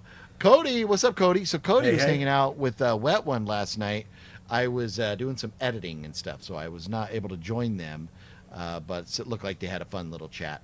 Oh, and that reminds me. So I filled them in, and I should let everybody know here. If you're wondering about my laundry detergent and what I use for laundry, like my laundry cleaning methods, I did update my laundry methods, my preferred method of washing my clothes. I now use a liquid fabric softener, and so I thought I would put that out there. I know a lot of folks would be very interested to know probably, what type of fabric softener I use. John, that was there are some folks that are probably rolling over laughing right now because quite a while back, out of the blue, Larry, the Batman fan, asked what type of fabric softener or what type of laundry detergent I use. There he is. There's Larry. Good evening, Larry. How you doing? So yes, got a update to my laundry methods there, Larry, for you. It was a random question out of the blue, but it comes up now and again. So Mr. Bones was talking about Deathstalker. Michael Schenker was the original guitarist in the British rock band UFO. Okay, UFO. No UFO. And Glenn Hughes was in Black Sabbath. Oh, in the mid to late 80s and was in Deep Purple. So Glenn Hughes wasn't one of the original four, but he came in later then. Okay, it was in Deep Purple. Deep Purple, man. Gotta watch out for that Smoke on the Water. I do enjoy some Smoke on the Water. I think 6 were Franco. Okay, 6 Franco movies. Well, there you go. There you go. Yeah, I like Franco. He's got some good stuff. I'm a big George Eastman fan, and he's been in some of his movies too. So nice. I put up 2 posters there for you to show for Deathstalker. Okay, I'll take a look at those right now. Okay. OGP, how have you been doing? Doing well over here. Doing well. You've had a lot of shit going on in life, but I think I'm on the backside of most of it, like car issues, things that I've had to deal with. My son moving to Italy. My daughter moving out. Basically, it's crazy now. It's just my wife and I at home now, so it's very weird. It's very weird. Otherwise, things are going good. I know, Cody, I know you were very happy to know that I've added liquid fabric softener to my laundry preferred methods. Franco made great women in prison flicks, Euro sleaze at its highest level. Well, there you go. Yeah, he used to combine porn with some zombie stuff that I like, that George Eastman is in. I'm blanking on the title of the one that I still need to buy. But yeah, his stuff is... He also did actually Christopher Lee's favorite version of Dracula. He did Count Dracula, which is much closer to the book. And Christopher Lee's got like the big mustache and like in the book. Yeah. That's his favorite version of it because he's he's likes more authentic stuff. So, see, and that's funny because so many people, when the new Nosferatu came out, were so pissed that he had a mustache. But apparently he did have a mustache back in the day. In the book, he does have a mustache. Yeah. There you go. Mario saw a movie called The Unborn. It's a good movie. Have you? I don't know that I'm familiar with the title, The Unborn. John, are you? I would need to know the date because there's a few movies called The Unborn. Okay. Larry wants to know if anybody's a fan of Mike Hammer or Matlock. I remember seeing Matlock. I don't know Mike Hammer. Do you, John? I like Mike Hammer. My grandfather was a big Matlock fan. Was Mike Hammer? Is he the actor that played Matlock? No, that's oh no, maybe I'm thinking Spencer for Hire. No, it is Mike Hammer. Okay. I forget. I know both, but I know my grandfather used to watch Matlock all the time. Right on. Yeah, man, Matlock. Yeah, that's going back right there. 1 year anniversary is in 2 weeks. Decent. Well, that's cool. Celebrate a little bit late with the New Orleans trip, but I'm sure you guys will have a blast in NOLA. That's very cool. And early congrats to you both, Robert. Cool, nice to know about your laundry detergent. I'm here. I am a man of the people. I am, here to fill you in. You had asked, and I did not forget, Larry. I wish Sodomania by Franco was on Blu-ray. Sodomania? Sodom? It's about Sodom, right? It's not about sodomizing people. Well, I guess. I've never seen it, but I can only assume. Yeah, I know I've got some Franco movies, but I don't know which ones. I would have to go through and look. 2009, The Unborn came out in 2009. Mario says. Yeah. Larry says, I'm a random kind of guy. Well, go ahead, John. Maybe that's the David S. Goyer one. It's got the hot chick in front of a mirror, and you're seeing her in her underwear, and she's really hot looking. If that's Gary Oldman. Oh yeah. That wasn't too bad. In front of the mirror. When Casey Belden witnesses a series of paranormal activities around her, Casey, that's wet one. I don't know if I'm allowed to say that or not, so I won't. She takes the help of a spiritual advisor and soon finds out a frightful family secret solely responsible for her condition. Oh, that sounds interesting. And yeah, the artwork is top notch, isn't it? But Gary Oldman, that's great, right? You're off to a good start there. And is that Odette Annabelle? I believe is early. Oh, Idris Elba's in it. I did not know. That's cool. James Remar's in it. What? Shut the front door. I think I know what I'm watching tonight. Where can I watch this? Amazon. Damn it, I'm gonna have to pay for it. Unless I own it. I'll have to see if I own it. So, Eraserhead, is it worth giving a watch? I mean, Eraserhead's a classic, right?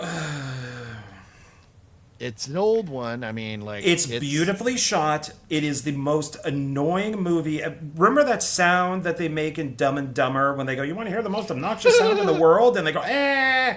That's what this is with the mutant baby throughout the entire movie.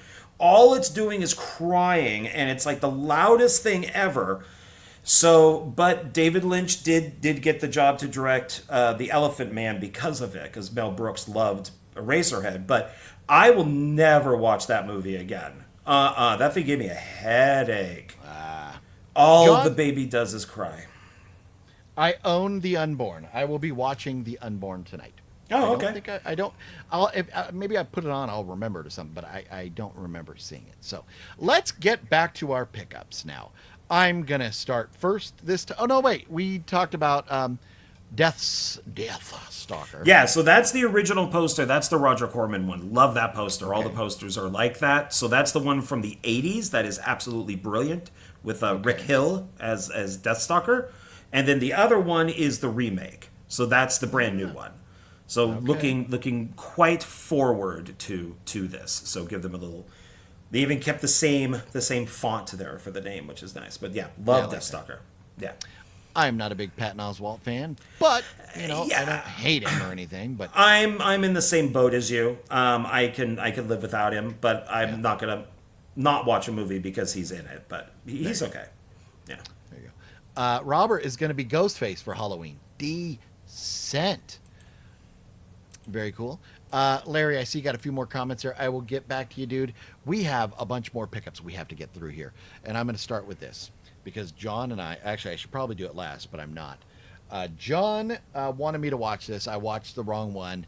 And then we were out there at Zia Records. John found this and he's like, here you go, buy it. And so I bought it. He gave it to me if I wanted to buy it, but he said he enjoyed it and he watched it. And it was $6.99. So I picked it up. And I now hate John's guts. So I don't understand. I know the children that you did watch from Trauma, the one from the 80s, is a much better phenomenal movie. Yeah. Which is hilarious. But I don't know why you hate this so much. I really enjoyed it. Not everything has to have an answer, or a reason. Just some that things I disagree with. Yeah. No, because that's almost every zombie movie. They never tell you why the zombies are there. They just pop up. And that's what happens sometimes. Just shit happens. Yeah, okay. but then don't show us the goo. Well, okay, so anyways, let's talk about this real quick. So The Children, this is a movie that John and I were supposed to watch as homework a couple weeks ago, and I watched the wrong one, and I did not own this. I couldn't find it. I think I would have had to pay to watch it. And so I thought, well, if I'm going to pay to watch, I'll just buy it. So I bought it. And it says, a family anticipates a Christmas filled with sledding, laughter, and hot cocoa as they head to their vacation home in secluded backcountry. The holiday cheer, which, see, already we have way too fucking much. You've already said it's a Christmas vacation with sledding and laughter and hot cocoa, and now you still have to remind us the holiday cheer. Well, that's not the filmmakers. But everything they do in this is fucking too much. So the holiday cheer takes a turn for the worse after a mysterious flu-like virus sweeps through the kids, and one by one the children become deadly. Now, amidst suspicion, mayhem, and murder, the parents must fight for survival against their own twisted offspring. So, John enjoyed this film. I will let him tell you why he enjoyed it in a moment. First, I will tell you I made it 30 minutes in before I couldn't take it anymore, and I turned it off. You start out with this family who I hate their guts. Every single one of them. I hate them all. And then they arrive at this cottage or whatever where the other part of their family is. And their reactions to seeing each other are so over the top. Nobody reacts like that when seeing long lost loved ones. Nobody does. They do. And it goes on and on and on. And then they're in the house sitting around and they're just laughing and laughing and laughing for no reason. They're just laughing. They go, oh, you got to be so happy, so It's happy. because it's when the kids start killing everybody, you're supposed to feel sorry for them because you see what a happy family they are. All they did was make me hate their fucking guts. Wow, And so, man, you are Scrooge. I am telling you, because that takes place at these- Christmas. So These you people are were Scrooge. annoying. They were so annoying. And then, you get this, they show like this sludgy kind of stuff, and then they don't show the kid get exposed to it. They just show it. You don't Show have me to. the kid getting exposed to it. I disagree. I think if you're going to show it, anyways, that's philosophical differences there. But I just could not stand these characters. I thought their acting was subpar. It was not good. The editing was very, very weird, cutting from one shot to another just to show people laughing when they weren't like the focal point of the conversation that was going on at that time. So I did not like the editing. I could not stand this. And the kids, it was like there was like 4 kids, and they used this laugh track that sounded, or this kid screaming track that sounded like a whole playground full of kids, and it just kept going. It's because there's a group of kids. Going. But they're not that loud. It was My just over God. the top. So I don't know. I was going out of my mind, and 30 minutes in, I was like, I'm done, tapping out, can't do it no more. Sweet So- baby Jesus. I'm glad I did buy that for you, Mr. Ballistic. Yeah. So, it's going in the sell back to Zia pile. I'll never watch it See, again, I don't think and- that you give. What was the other one that you turned off? And me and somebody else were going like, dude, no, there's a twist. You got to keep watching it. There's a twist. Oh, it was Get Out that you Fuck turned Get off Out. in like Fuck 10 that minutes, and it's like, violent shit. dude, there's a reason for everything happening.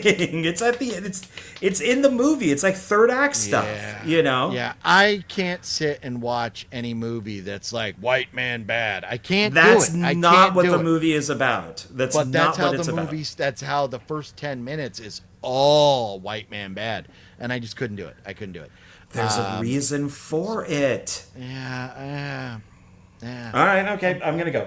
All right, so I already own this, but I found it autographed by the actress and director. Oh. She's also one of the producers. So this would be Charles Band through their Shadow Entertainment. So it's Denise Duff, and it's Vampire Resurrection. And it's autographed right here. It might say Jose, which is close to John. Jose Bite Me Denise Duff. So I figured, well, I'll pick it up for $1.99 because it's signed, and then I'll just sell my other one. There you go. Yeah. All right. Yeah. Not bad. Yeah, to get an autograph for $1.99, I'll take it. Yeah. I think one of the last, if not the last, John Carpenter movie that I needed to buy that I did not own, Ghosts of Mars. And my guess is this is going to be my least favorite John Carpenter movie. Oh my God, I like that film. Okay, but I don't know. I've not yet seen it, so It's better than but The I Ward. just it is. I gut. I hope I'm wrong, but Ghosts of Mars, $5, $4.99, and a lot of my John Carpenter movies are just DVD, and this one to go to Blu-ray, I think was going to be a lot more expensive. So there you go. Well, Ice-T Ice-T ain't no Kurt Russell, and he ain't no Vin Diesel. Sir, that is Ice Cube. Get your Ice Cube. Oh, I'm sorry. Get your Iceman straight. Hey, be happy I didn't say Vanilla Ice. So. This is Today Was a Good Day, not Colors. Colors. No, but he is in War of the Worlds, the greatest movie ever made, apparently. Yeah. Yeah, that is true. So I needed to get a 2 for $5 movie, and so I grabbed this because Mila Jovovich is in it, and that is The Claim. Oh, yeah, and it's also got that girl, Mila Jovovich. Mila Jovovich. Okay. Jovovich. The J is an H. Mila and it also has, shit. I hate you. It also has Natasha Kinski and Sarah Polley in it, and Wes Bentley. 2 thumbs up. Okay. How dare you say that about her? Hey, I think I bought a Mila Jovovich movie. I need to watch this at some point. I haven't seen it. Jeff will side with John on The Children. He thought it was okay. Well, there you go. Yeah, it's not great, but I enjoyed it. I kind of like watching the kids kill all the parents. It was fun. Mr. Bone says, I like it too, John, but most hate it. Therefore, OGP will hate it as well. There you go. I just don't think he has good taste. Oh, I like your mom. Dude, that's fine. You can have my mom. You could do whatever you want with my mom. I don't even know if she tastes good or not, but you're welcome to try. Oh. Stone. with Mila Jovovich right there. Robert De own that Niro and Edward Norton. I do like me some Edward Norton. I've not seen this, and I can't understand why I haven't seen this. I haven't seen it either, but I do own it on Blu-ray because of Mila. So Mr. Bones is talking about Ghosts. Why I probably won't like Ghosts of Mars. There you go. So it wasn't about the children. Oh, okay. But I like Ghosts of Mars too. It's like Rashomon. It was going to be Escape from Mars. It was going to be a Snake Plissken movie. Don't spoil it for me, John. I gotta watch it still. Okay. How many movies do you own, John Ward? Asks Larry, the Batman fan. How many would you think, OGP? How many? Looking at my like 1,000? No, I would probably say in the neighborhood of 3,000.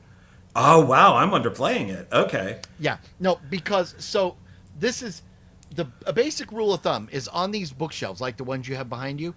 If the row is full, you can fit about 40 across. So, and then you can do 1, 2, 3, 4, 5, 6, 7, 8.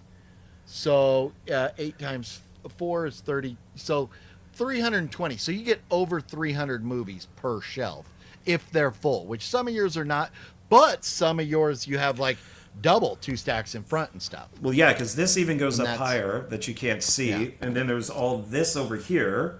And then there's all that over there. And then there's all that over there. But this is just my office. Yeah, that's your one little tiny room. Yeah, where your other stuff is where the real mass quantities are. So. Oh, yeah, the living room. Yeah. So, yeah. Nope. John's got a lot. He's got a lot. So John has a lot of non-horror stuff, where mine, for the most part, is horror with the occasional sci-fi and comedy. Yeah, I collect everything, so just matters what I'm into at the time. So I just showed the Mila movie. So me next? Yeah. So I picked up an Asylum movie, and this is from the director of Scarecrow. That was done by. I'm blanking on her name. But it's Attila. Well, if it was directed by her, her name should be on the back of that then, right? No. It's Emmanuel Etir. But she's the producer, but she doesn't work anymore. But this is I'm blanking. But they made 3 Scarecrow movies. They made Scarecrow, Scarecrow Slayer, and Scarecrow Gone Wild. And I believe that he's the director of the first one. And this is like supposed to be like Attila the Hun kind of deal. Yeah.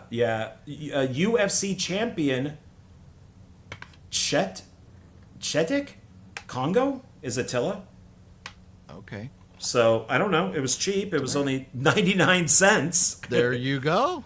So that's the way to. That's how much you should pay for an Asylum movie. I don't think I would have even paid the $2.99. So yeah, So I got that. Yeah. Nice. There you go. Robert C says he has almost 300 movies. That's a pretty significant collection right there for most people. It is. Well, yeah, for most people, yeah, 3. Yeah, mine is ridiculous to the point of. The only person I know with more movies than you, John, is Wet Movie 1. And I would guess. Oh no! If I say you have about 3,000, when I helped Wet Movie 1 move, we estimated him to have somewhere like between 10 and 15,000 movies. Oh wow! Okay, so I mean, he's been getting screeners for years. They mail him so much shit, so he even stopped getting screeners. I think at a point because he just had too much shit. So yeah. Oh wow! Okay. He has a lot. We had to get a storage locker for him just to fit all his movies. They wouldn't fit in his house. So, yeah, it's nuts. That guy, he got a lot of movies. Well, the next movie I bought, it says Cheryl is a lovely girl. But to George, she's a living doll. Private Parts. Oh, yes. So I'd heard of this. I don't know why or what. I'd heard about it. But I just, something told me this is a movie I need to own. And it was $9, but I think that's okay. It's Paul Bartel, who also did Eating Raoul, which is an awesome film. And he also directed the original Death Race 2000. He was in like Rock and Roll High School. He was a big Roger Corman guy. So Rock and Roll High School. Rock and Roll High School. And this has got it presents a Gene Corman production. Is that like Roger's brother at all, or probably Gene Corman is Roger's brother. Yeah, they produced a lot of stuff together. Nice. Or separately. So it just kind of looks like the pictures on the back like something that I may enjoy. So there it is, Private Parts. So I'm going to watch The Unborn tonight, that's for sure. But Private Parts, that's on the list, high priority to watch. So I am surprised with Larry, the Batman fan, because he says, I saw Survivor, which is a Mila movie. That's not too bad.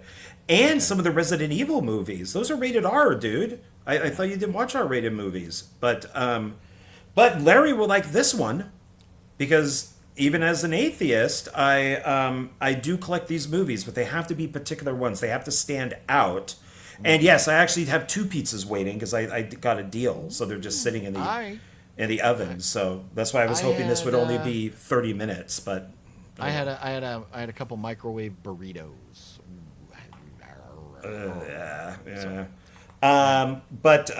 This was part of that 2 for $5, and it's God's Not Dead and God's Not Dead 2. So this goes into my religious section, and I think I do have one other God's Not Dead movie. So, but I do love me, even though I'm not a religious person. I do love me some good religious movies. This one does have Superman in it, Dean Cain. And Kevin Sorbo is in it, so it has Hercules. Oh, there you go. Yeah. So both are Pure Flicks, and I love Pure Flicks movies. So Dean Cain, one of our nation's newest Border Patrol members. That's right. Yeah.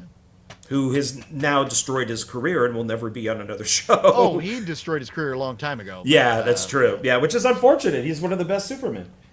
I enjoy him as Superman, yes. Yeah, he was good.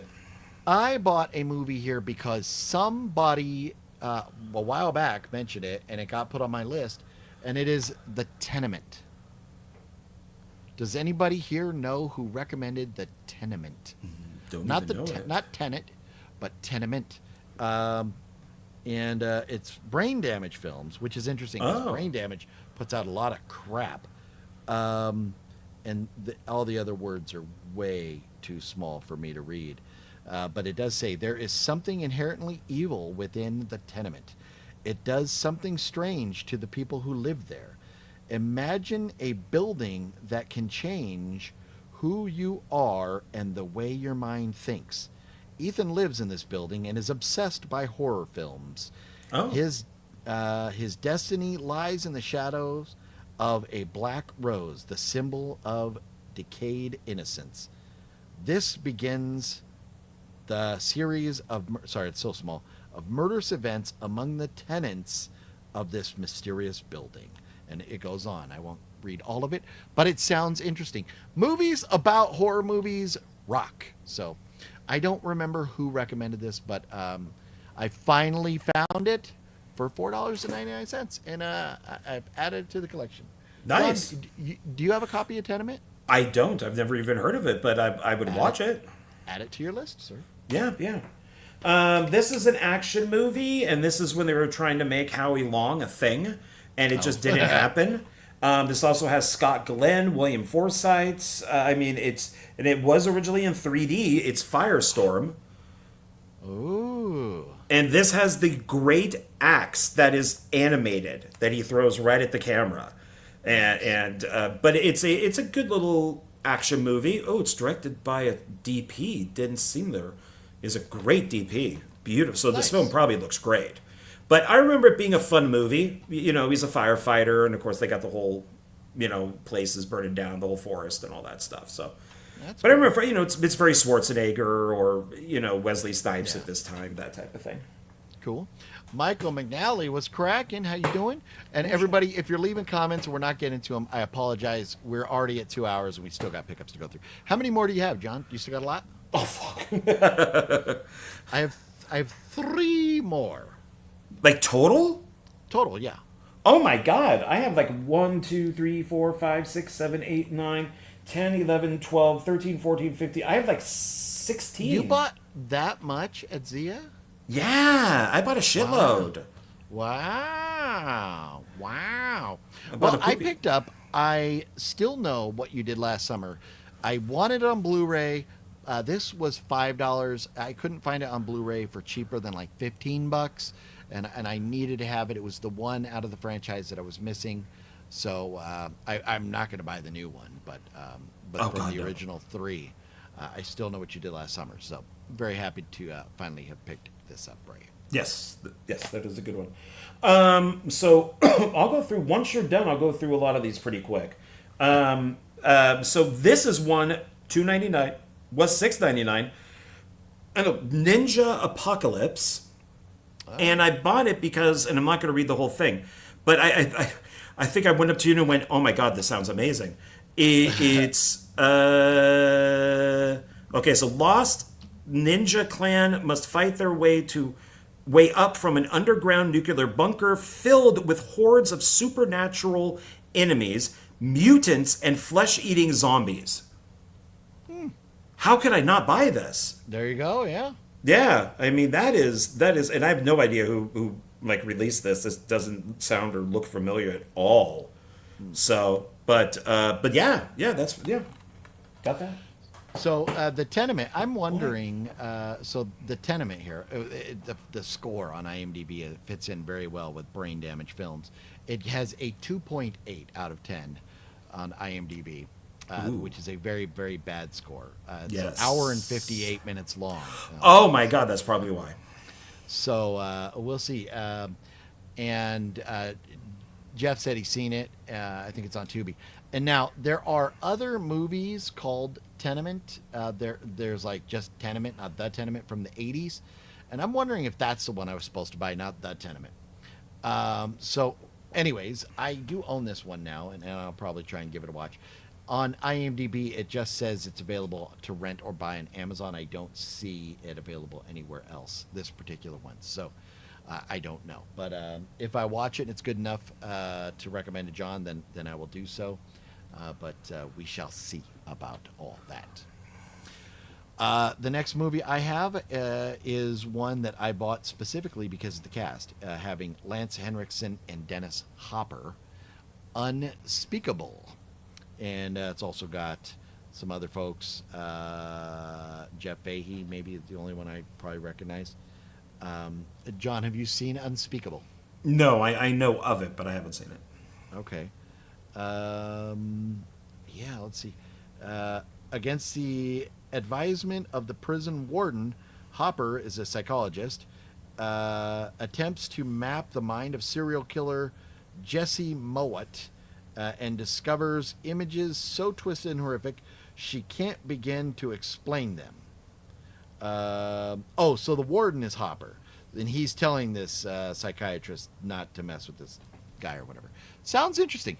I mean, psychiatrists, prison, lunatics. Love me some Hannibal Lecter, so anything in that kind of periphery would probably be interesting, especially with Henriksen and Hopper. So there you go. I paid 99 fucking cents for that. There you go. I'll take it. Can't beat it. There you go. Yep. This is one of my all-time favorite B movies. It's considered to be one of the worst films ever made. It's from Wade Williams, so you kind of have to question if he actually owns it or not, because he says he owns Ed Wood's movies too. This was $7.99. I got it for $3.99, and that is Robot Monster. I love Robot Monster, so I'm going to start collecting all the bad B movies, stuff like The Slime People and the Crawling Eye and stuff like that. So, and this was originally in 3D, but this is the 2D version. So, which I am perfectly fine with. So, and that is Ro-Man. It's a guy in a gorilla suit who has like one of those old diver helmets on.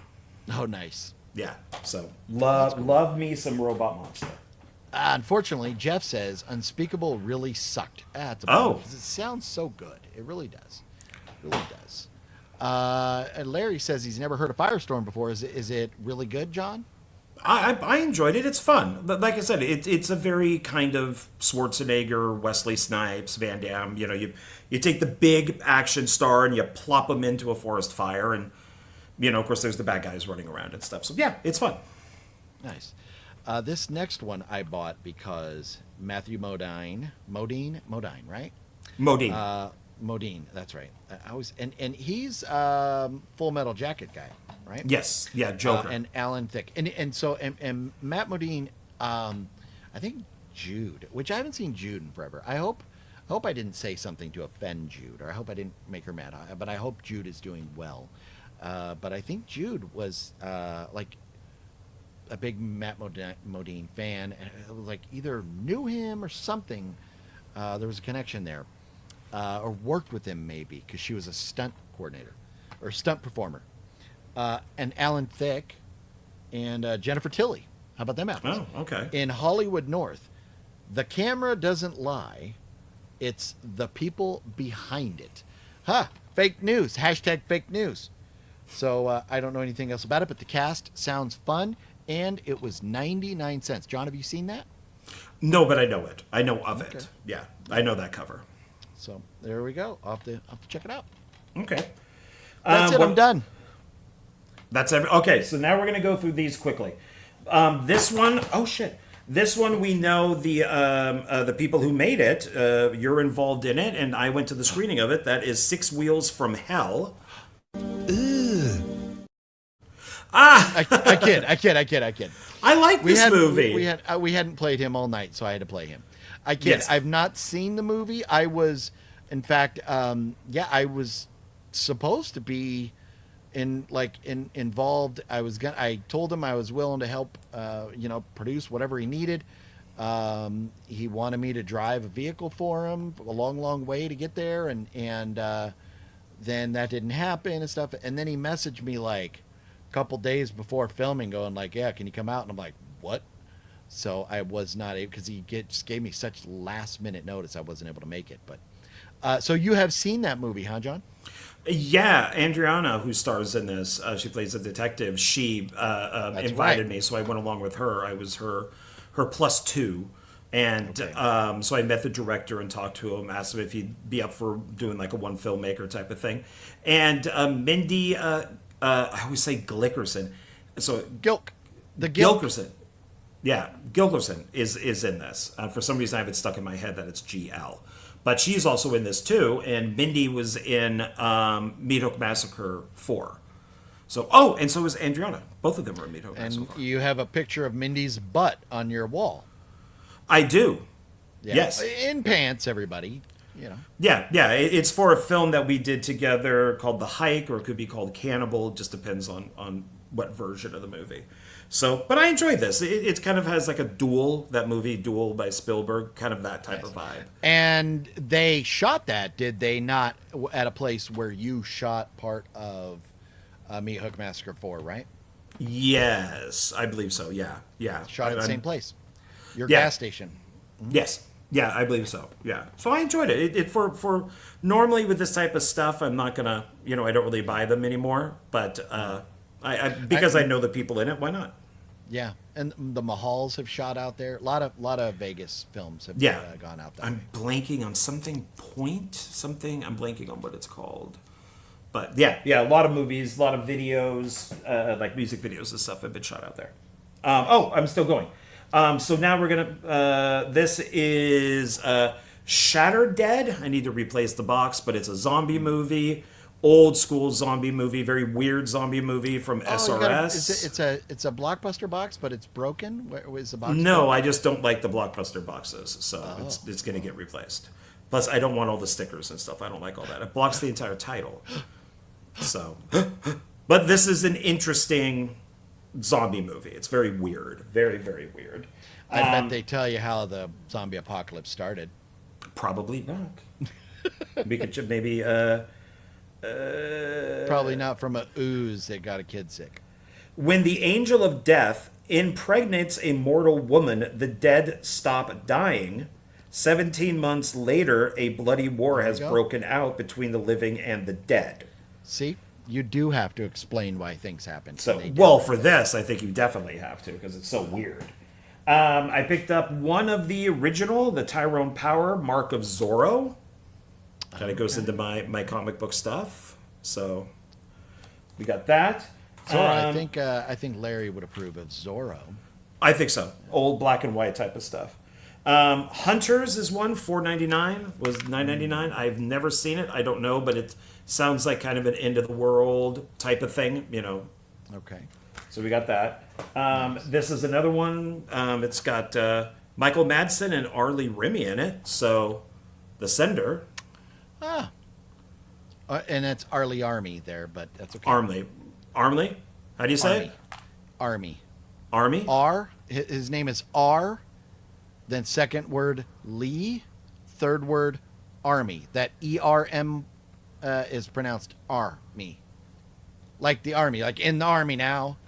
Oh, okay, got it. He's the drill instructor in. Oh no, I know who he is. I've just always said his name wrong. I've just never been able to do it. So we got The Sender. Nice, that's a great cast right there. We'll do both of these at the same time. 30 Days of Night and 30 Days of Night Dark Days. It's sequel.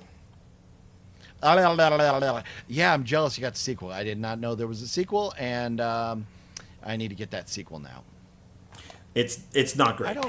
It's not great. But still, I really like 30 Days a Night. So. Oh, the first one is great. So I'm gonna add it to my list. Adjust this here. Okay, now we're on the other stack, which is not that big. Okay. Now we're getting into... Okay, so I'm going to swap this. Okay, so this is one that Larry would like, maybe. Judgment.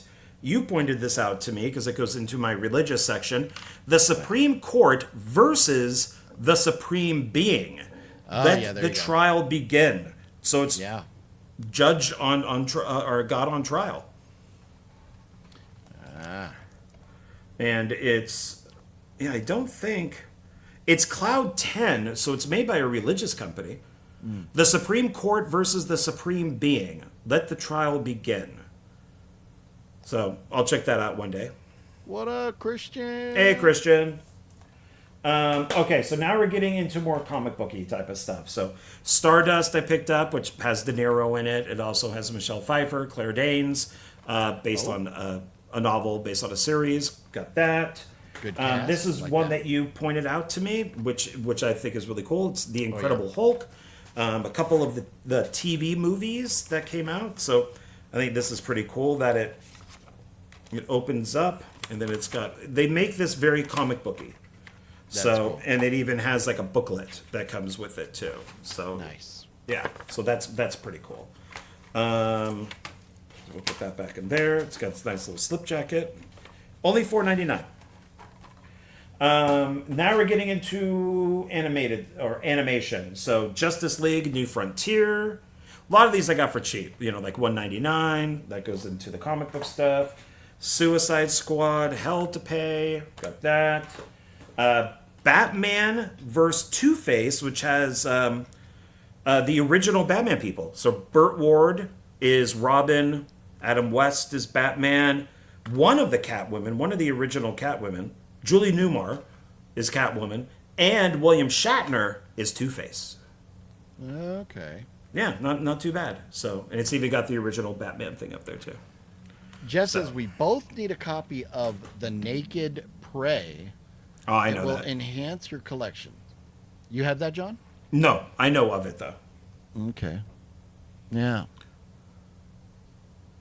I don't think you I would don't have it. Nope. Yeah. Yeah.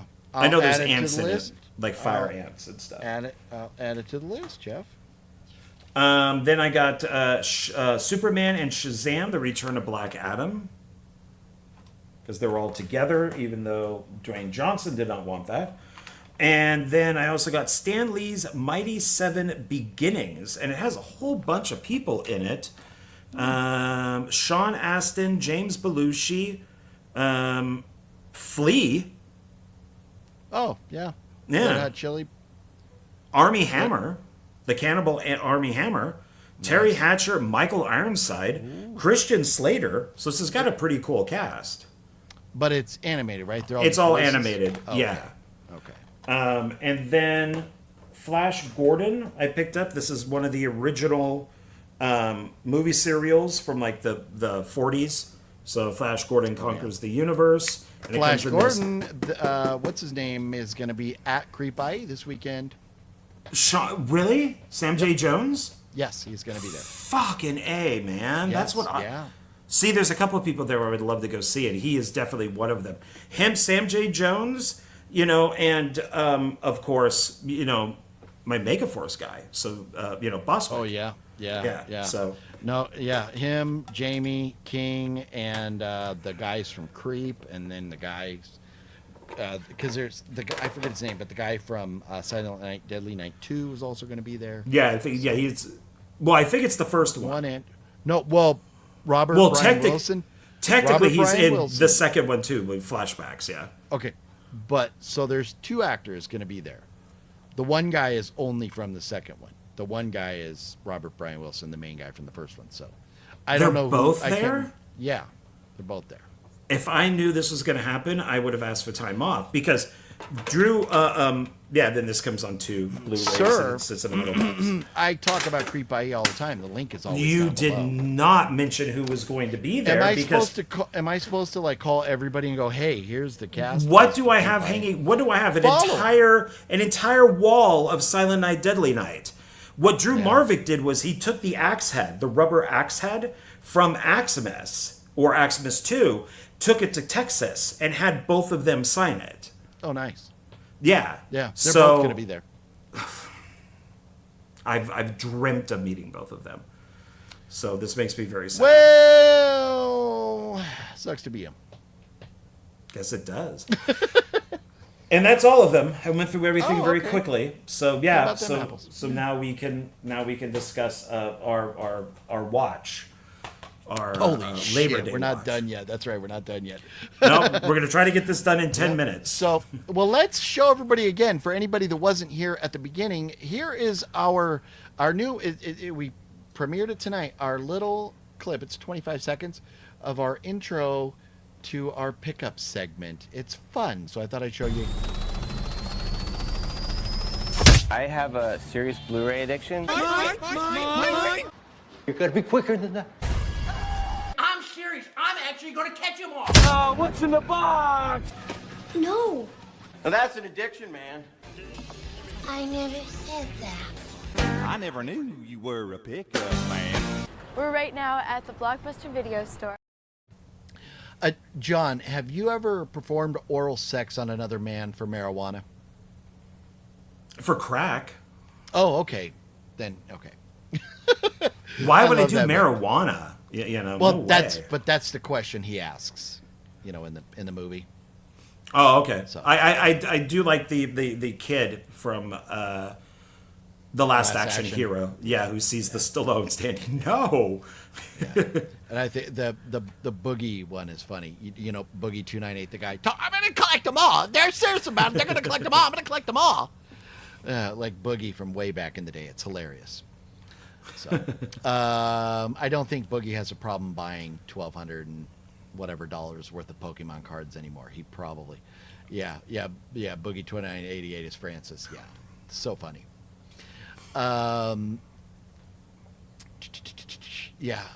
Let's see. Y'all see Jaws in IMAX yet? It's mind blowing. No. I have not. Man, it pays to work at a movie. That's what I need to go do. I need to go get a job in a movie theater. Although $25 a month, I got my subscription. I go in whenever I want. Yeah, I mean, you could be a candy girl. Oh, I want to be a Barbie girl in a Barbie world. So, we got to talk about this pile of shit. So John made me watch this movie called The Recall because we got it at the Dollar Tree a while back. Well, no. Explain the whole thing. I looked up like horror movies that take place on Labor Day. Yeah. And a bunch of stuff came up, but The Recall was one of them. And I'm pretty sure you owned it. I know that I owned it because we got it from Dollar Tree.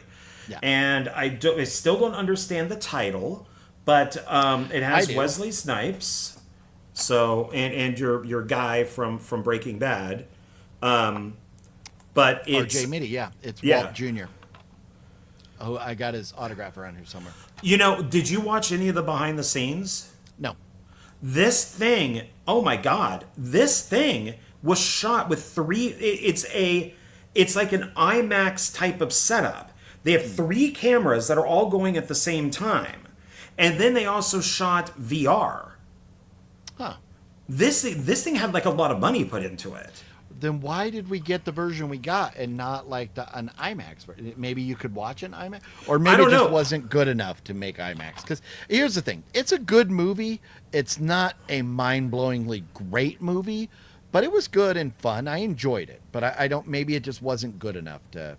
I don't remember this ever hitting theaters. No, because if you look at the back with Snipes, if you look at if you do this type of thing, like so he would be the center camera, and then these are the other 2 cameras. So when you're watching it, on that curved screen, Snipes is right in front of you, but then the forest and the cabins and stuff are all on the side. And it's like, my God, why did this get... What the hell? And you get it in this piece of crap... Echo Bridge release. But I think it's just because it has issues. It's a fun movie, but it's got problems. And so I think that's probably why they never did nothing with that footage. I think they expected it to be better than it was. And here's the catch. I don't want to sit here and act like I'm bashing this movie because I enjoyed this. I had a great time with this movie. But... Wesley Snipes was underused. They built this character. They introduce you to him. He's like an ex-astronaut who kind of like is a hermit, lives out in the woods now. And we're gonna do a little spoilers here if you haven't seen this.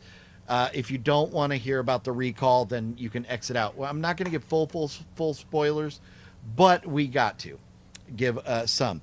So Wesley Snipes is this ex-astronaut who now is like a hermit living out in the woods by himself. And you find out toward the end of this movie that he was abducted by aliens at one point, and he got these new powers. He got a tattoo, and he has like these superhuman abilities. And I think he doesn't want people to know because people will look at him like, the wrong way or whatever. And I think he's not happy with these aliens coming because he's trying to help save these other people from these aliens. His character that they developed was very good. He had it was like they went, okay, Wesley, you had a goofy haircut in Blade. We got to give you some original goofy haircut for this. So his haircut in it's very weird. Like it's like a horseshoe mohawk kind of thing on his head. It's weird. But he plays a cool character. And then you're expecting him to go like just tear shit up at the end, and he really doesn't. So I think he was underused in this. But it's a fun watch.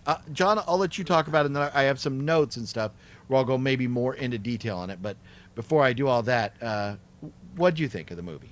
Well, he is listed as Wesley Snipes. He's also one of the producers, so that's probably how they got him.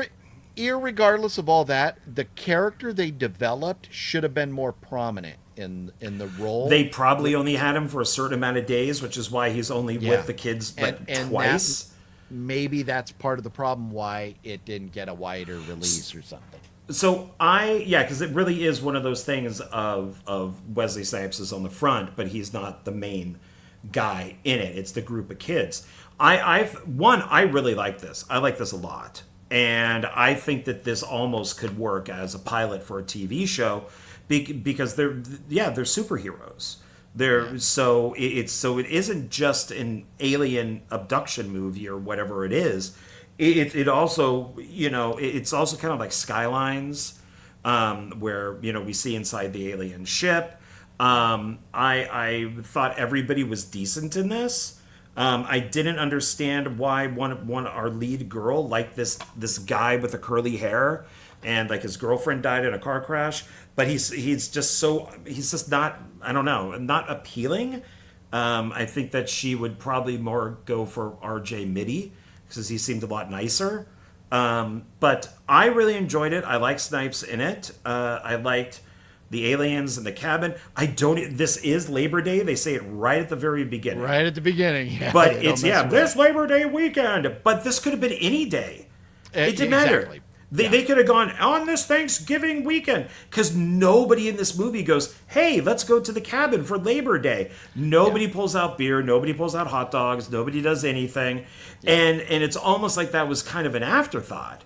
But, it's like, well, shit, we need something at the beginning. When is this?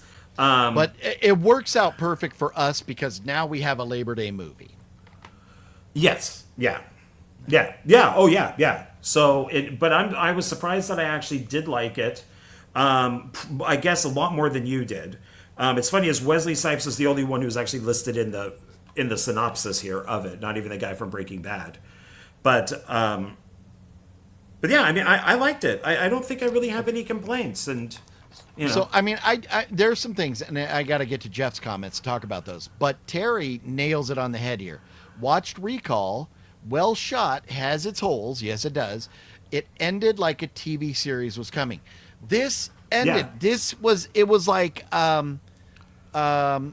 what's the show where the movie where the kids get the superpowers or something? Well, it's like Chronicle or Brightburn. Kind of like Brightburn, yeah. Like when Chronicle is the one where they find the meteorite and they go in and it gives them the powers, and the one guy's all evil and the other two aren't. So because they do kill people in this, and that's I think that's what put me over the top was like, oh shit, these people just don't have weird powers. Like these are like evil superheroes or good superheroes, whatever it is. I don't know that they're evil so much as they're scared for their lives and they're willing to do what they have to do for self-preservation. So and I think that's okay. I thought the ending with you have them trying to get away and the cops are stopping them, and then the cops find out that they were part of the ones that were abducted by the aliens. Now the cops have orders to kill them, and they don't, and they end up killing all the cops, and the cops kill two of them or shoot two of them, but because of these powers they have, their wounds heal really quickly. So I Yeah. like that. And at the very end there, you had the two that were left behind, that were shot and kind of killed. And then you had the others that escaped, the three others, right? An amazing sequel or an amazing TV show would be that now the two that were abandoned hate the others and they're out for vengeance because That's they left why them they to would die. be evil. The two would be evil So because they those got two shot. would be evil, yes. Yeah, and then the yes. three that escaped would be good. Would have to, survive or fight them off or whatever. You have a total setup for a great franchise. So it's too bad that we don't get that. But so part of the story is that this alien ship apparently a long time ago came down and it planted the seed for human life. Then it came back a couple 100,000 years later, gave us an upgrade. Or no, it was like millions of years later, gave human beings an upgrade. And then it came back like a couple 100,000 years later to give human beings another upgrade.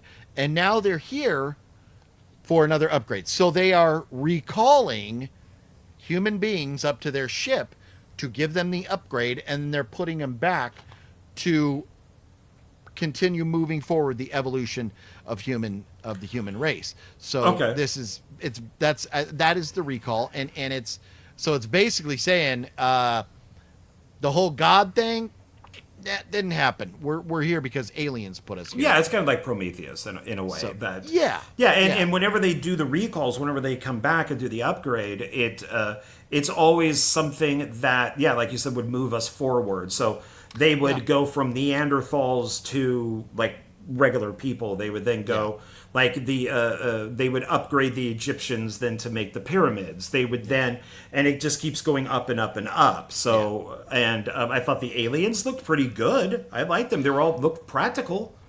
So here's the thing, and that's what I wanted to get to. A couple of Jeff's comments to respond to.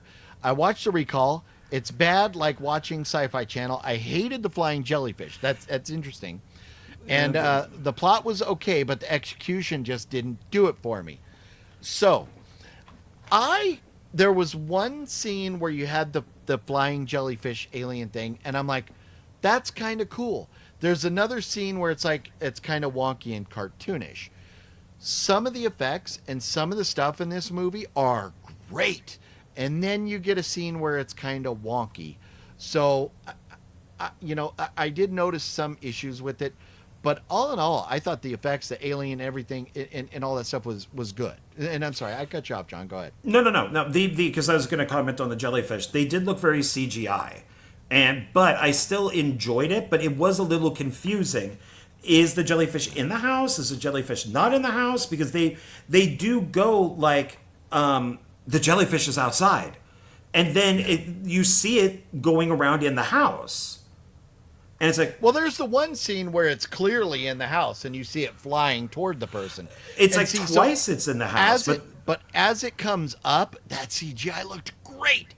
And then when you see it flying away, it's like, oh no, that looks like a cartoon now. Oh no. So that's where some parts were great and some parts were off with the effects. No, that the jellyfish were definitely the low point because the UFO looked good.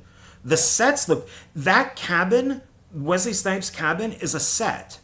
Yeah. That's not like a regular cabin. This movie had to have a budget. They no built question about it. No everything question about it. Yeah.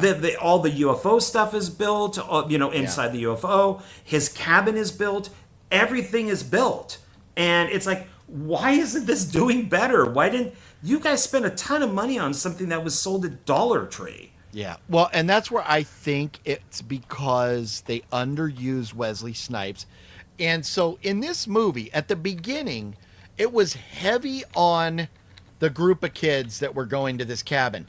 That was not as good as once the movie got to the action with the aliens and everything, and Wesley was more involved.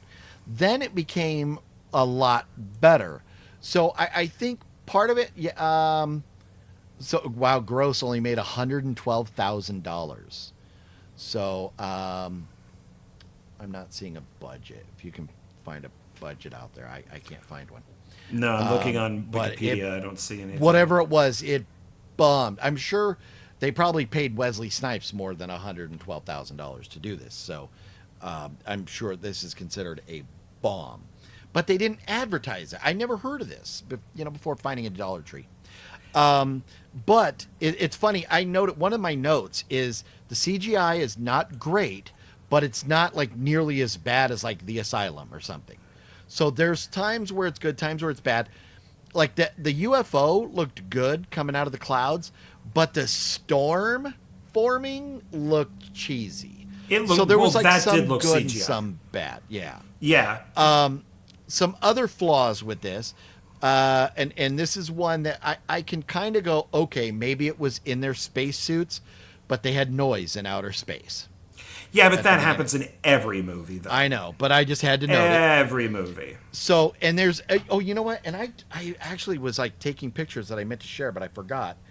And it will probably fuck the stream up anyway, so I won't.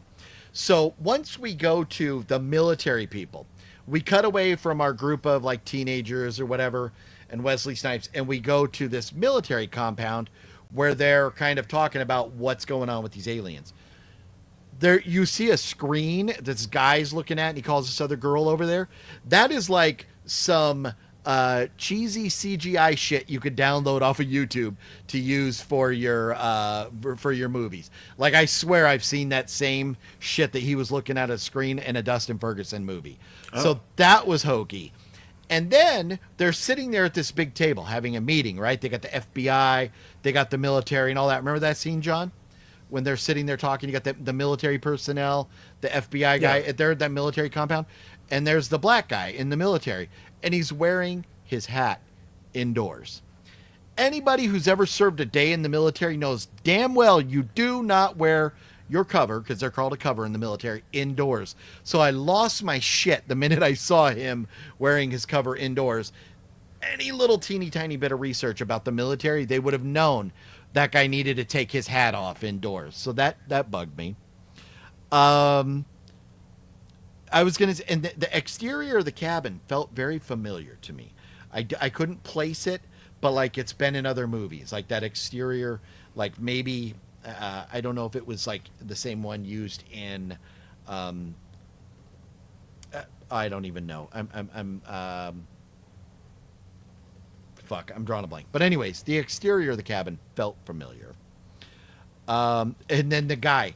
This is one thing I don't understand. This is one of the problems with the movie. They bring in this guy, the guy in the orange jumpsuit, the bald guy with the beard. He's the criminal, right? They bring him in. They sit him down at this military meeting. And he's got this stupid fucking fake Russian accent. And I'm like, why did we have to give this guy? You got to get over that. That's. It was, but he was terrible at it. It was a bad fake accent, so I didn't like that. But here's the thing: he's supposed to be this hardened criminal and everything. But yeah, he's shaved perfectly. You know, he's so clean cut. You know, he's got his beard, but he doesn't look like a hardened criminal. He looks like a pretty boy with a beard. But I don't think he's meant to be a hardened criminal. He's just one of the guys that was taken by the aliens and then brought back. So they're holding him in custody because of that. So I just kind of pictured him more as the hardened criminal. But I guess you're right. Good point there. But I mean, he should have more. I mean, he should be. I mean, he wouldn't be a pretty boy. I mean, I don't know that they're like, here, go shave. We're going to go have this meeting. But it's. I really liked the I would just had him a little more scruffy or something, or dirty or something. Well, I mean, that would make sense because he's in a cell, most likely. But I mean, I enjoyed like Antarctica. We got the like the research camp. I liked that shot. I liked the shot in the mountains of the military bunker because it's kind of the opposite of the Antarctic thing. And it says here. It says, The Recall is one of the only films that used the widescreen Barco escape format. A virtual reality trailer was made for the film. Okay. Huh. So, and Barco escape is... Oh, they used it in the Maze Runner. So it's a particular format. You use the red. Well, that's cool. Oh, they shot it on red? That's what it says. Yeah. Okay, so they didn't have that big of a budget. Big budget productions would never shoot on red. Yeah, there's a whole thing just on this Okay. Barco escape. So it's too much That's to go cool. into. That's But So I mean, I here's the thing. I'm not beating this movie up. I enjoyed it, but I'm just mentioning some of the things that I think they could have done better. Like I felt Wesley Snipes was underused. I think that criminal guy was underused. They bring him in and he's like, whatever he says, the aliens or blah, blah, blah. And then poof, gone. We go back to him really quickly later. But I mean, I felt like if you were going to introduce that character, we should have gotten more out of him. So I think, but maybe that's all that they could do with its budget. maybe, but a lack of a budget doesn't excuse a flaw in a movie. I'm not. I understand maybe that's what they had. My point in that being, let's like comparing, a $10 million movie to a $10,000 movie. If the $10,000 movie doesn't have the budget, it doesn't have the budget. And so you do what you can. If the $10 million budget has the movie or has the budget and they do everything right, great. We forgive the low budget movie, but that doesn't correct the problem. We could forgive it, but that doesn't correct it. So I think there should have been better there. But one thing that I absolutely did love was when they were running through the forest at night and the way the forest was lit up from the UFO lights. That reminded me a lot like of I was feeling like Close Encounters. I was feeling like E.T. It reminds me of a lot of shit we did at night with Wild Game, with the lighting in the forest. I thought that was gorgeous. So kudos to them for that. Another problem with the story. So the guy gets killed. The friend gets killed. And it's like the guy and the girl, the only two left. At this point, RJ Mitty's lost in the woods. And the guy and the girl are sitting there. All their friends just got killed. And the guy looks over at the girl and goes, "So what's the prognosis, doctor?" Like he makes a joke after they just saw a couple of their friends get killed. The timing of that joke was ridiculous. Now, the character, I think it was Hannah Rose Make, the character Kara, she kind of snaps back at him and goes like, "This is not," I don't remember her words, but she's basically telling him, "This ain't the fucking time to be joking around." But I felt like it was in poor taste for them to even write that in, that he would make that joke. I don't think he would have joked and made a joke like right after his friends died. That was weird. See, I didn't take it that she was annoyed at all. I took it that she thought it was funny. Oh no, she made a comment with him about something about like the timing is not right for that joke, but the timing was terrible for that joke. I was like, I don't think that was the joke. I know they said it was somebody, but I don't think that was the joke.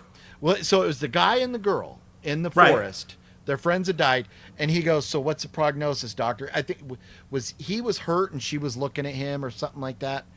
And I thought they were in the cabin. No, this happens. They're out in the forest. I don't know. It's. I will agree with you that it's a weird thing to say because his character has not said anything like that before. Yeah. But I don't know. I mean, when everybody's dying around you, I mean, you don't make a joke when people you. die. Yeah. No, I mean, in really real life, if people die, there's no joking going on, and that's where it didn't ruin the movie for me, but I just thought it was weird. It was a weird choice to go with by the filmmakers. I didn't care for that line, but I thought the movie was fun. The pacing was great. I really enjoyed the story. I loved how it took us, because at first I was like, this cast, these kids, I'm not gonna like them. I'm just not. And then it doesn't take too long before we meet Wesley Snipes.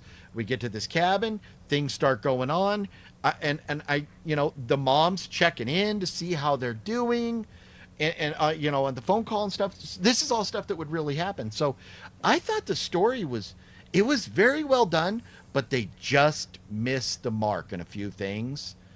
to cost it like being a big blockbuster. So, any other thoughts or anything? No, I mean, I would add this to a list of good UFO movies to watch, kind of alien abduction type of stuff. So I would put it in there. I mean, it would be in maybe like a top 10, top 15, but it wouldn't be like in the top 5. So yeah. I'm just surprised that I liked it. So and I am with you.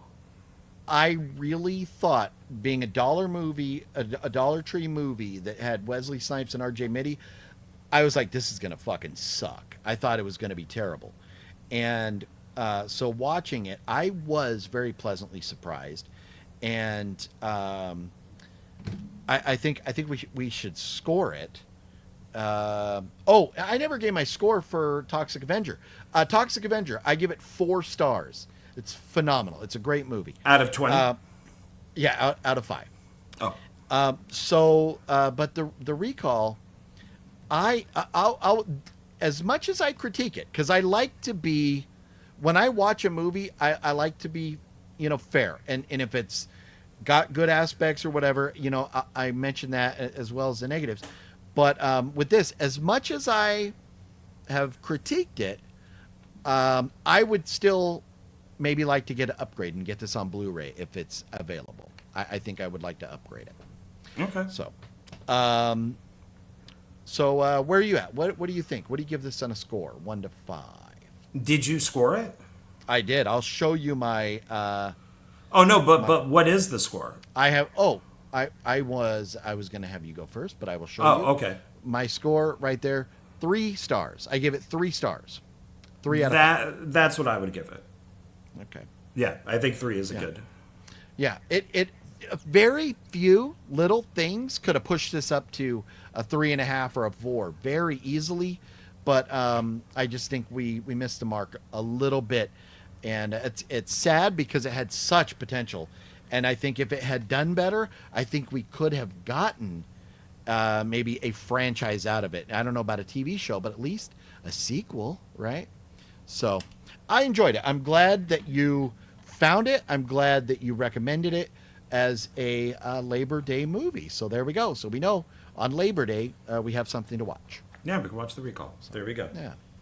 So I know I'm behind on comments and stuff, and Jeff says upgrade to Blu-ray. Sweet Jesus. Sweet baby Jesus. I'm surprised you guys liked it so much. Was the alcohol? I did not have a sip. I didn't have not a sip of alcohol. And I missed Ghostface. What's cracking, homeboy? How you doing? Hey. And James Ottawa, what's up? Sorry I missed some of your comments. We are coming up on 3 hours, so we're gonna have to call it a night here. John, anything else to talk about before we go home? No, I do have a film discussion up, so yes. which is on Riddick, the Riddick movies. So that's pretty good. And then I'm going to be doing probably a trauma video within the next couple days, and then after that, I really want to do my Marvel videos. So, the Chucky 3 review, is that going on Jonathan's channel? Yes. Okay. So coming up later this week, John and Jonathan and Moody and I are going to sit down and review Chucky 3. So yes. Maybe when that comes out on Jonathan's channel, which Jonathan's link is down below, but maybe John can let us know when that comes out as well. Yes, So Chucky in the Army.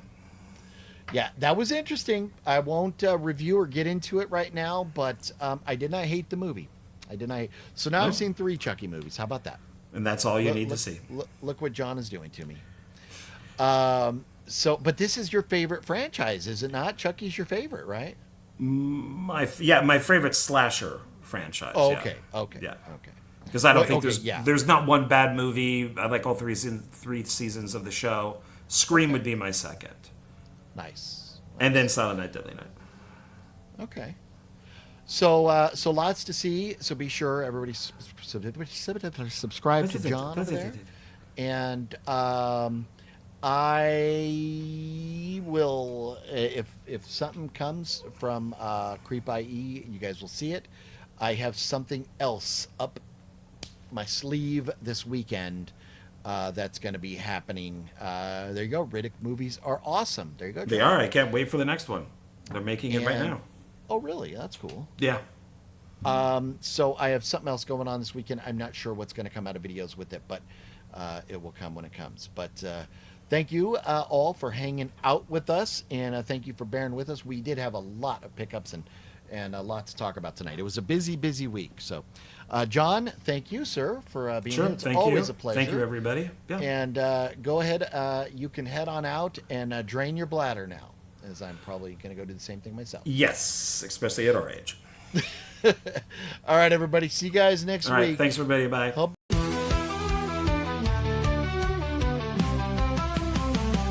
It's Horror Movie Monday, you already know. Chills in the air, and the tension's low. OGP steps up, setting the tone. Always in charge, yeah, sitting on the throne. Sean Ward steps in with a confident stare. Nipples getting hard from the icy glare. Bowser's in the back, creeping through the dark. Lurking in the silence like a phantom arc. It's Horror Movie Monday, lights down low. Screens on the screen, let the madness flow. We laugh, we jump, we scream, we play. Every week it's thrilling in a twisted way. What's your favorite scary movie? Fuck you!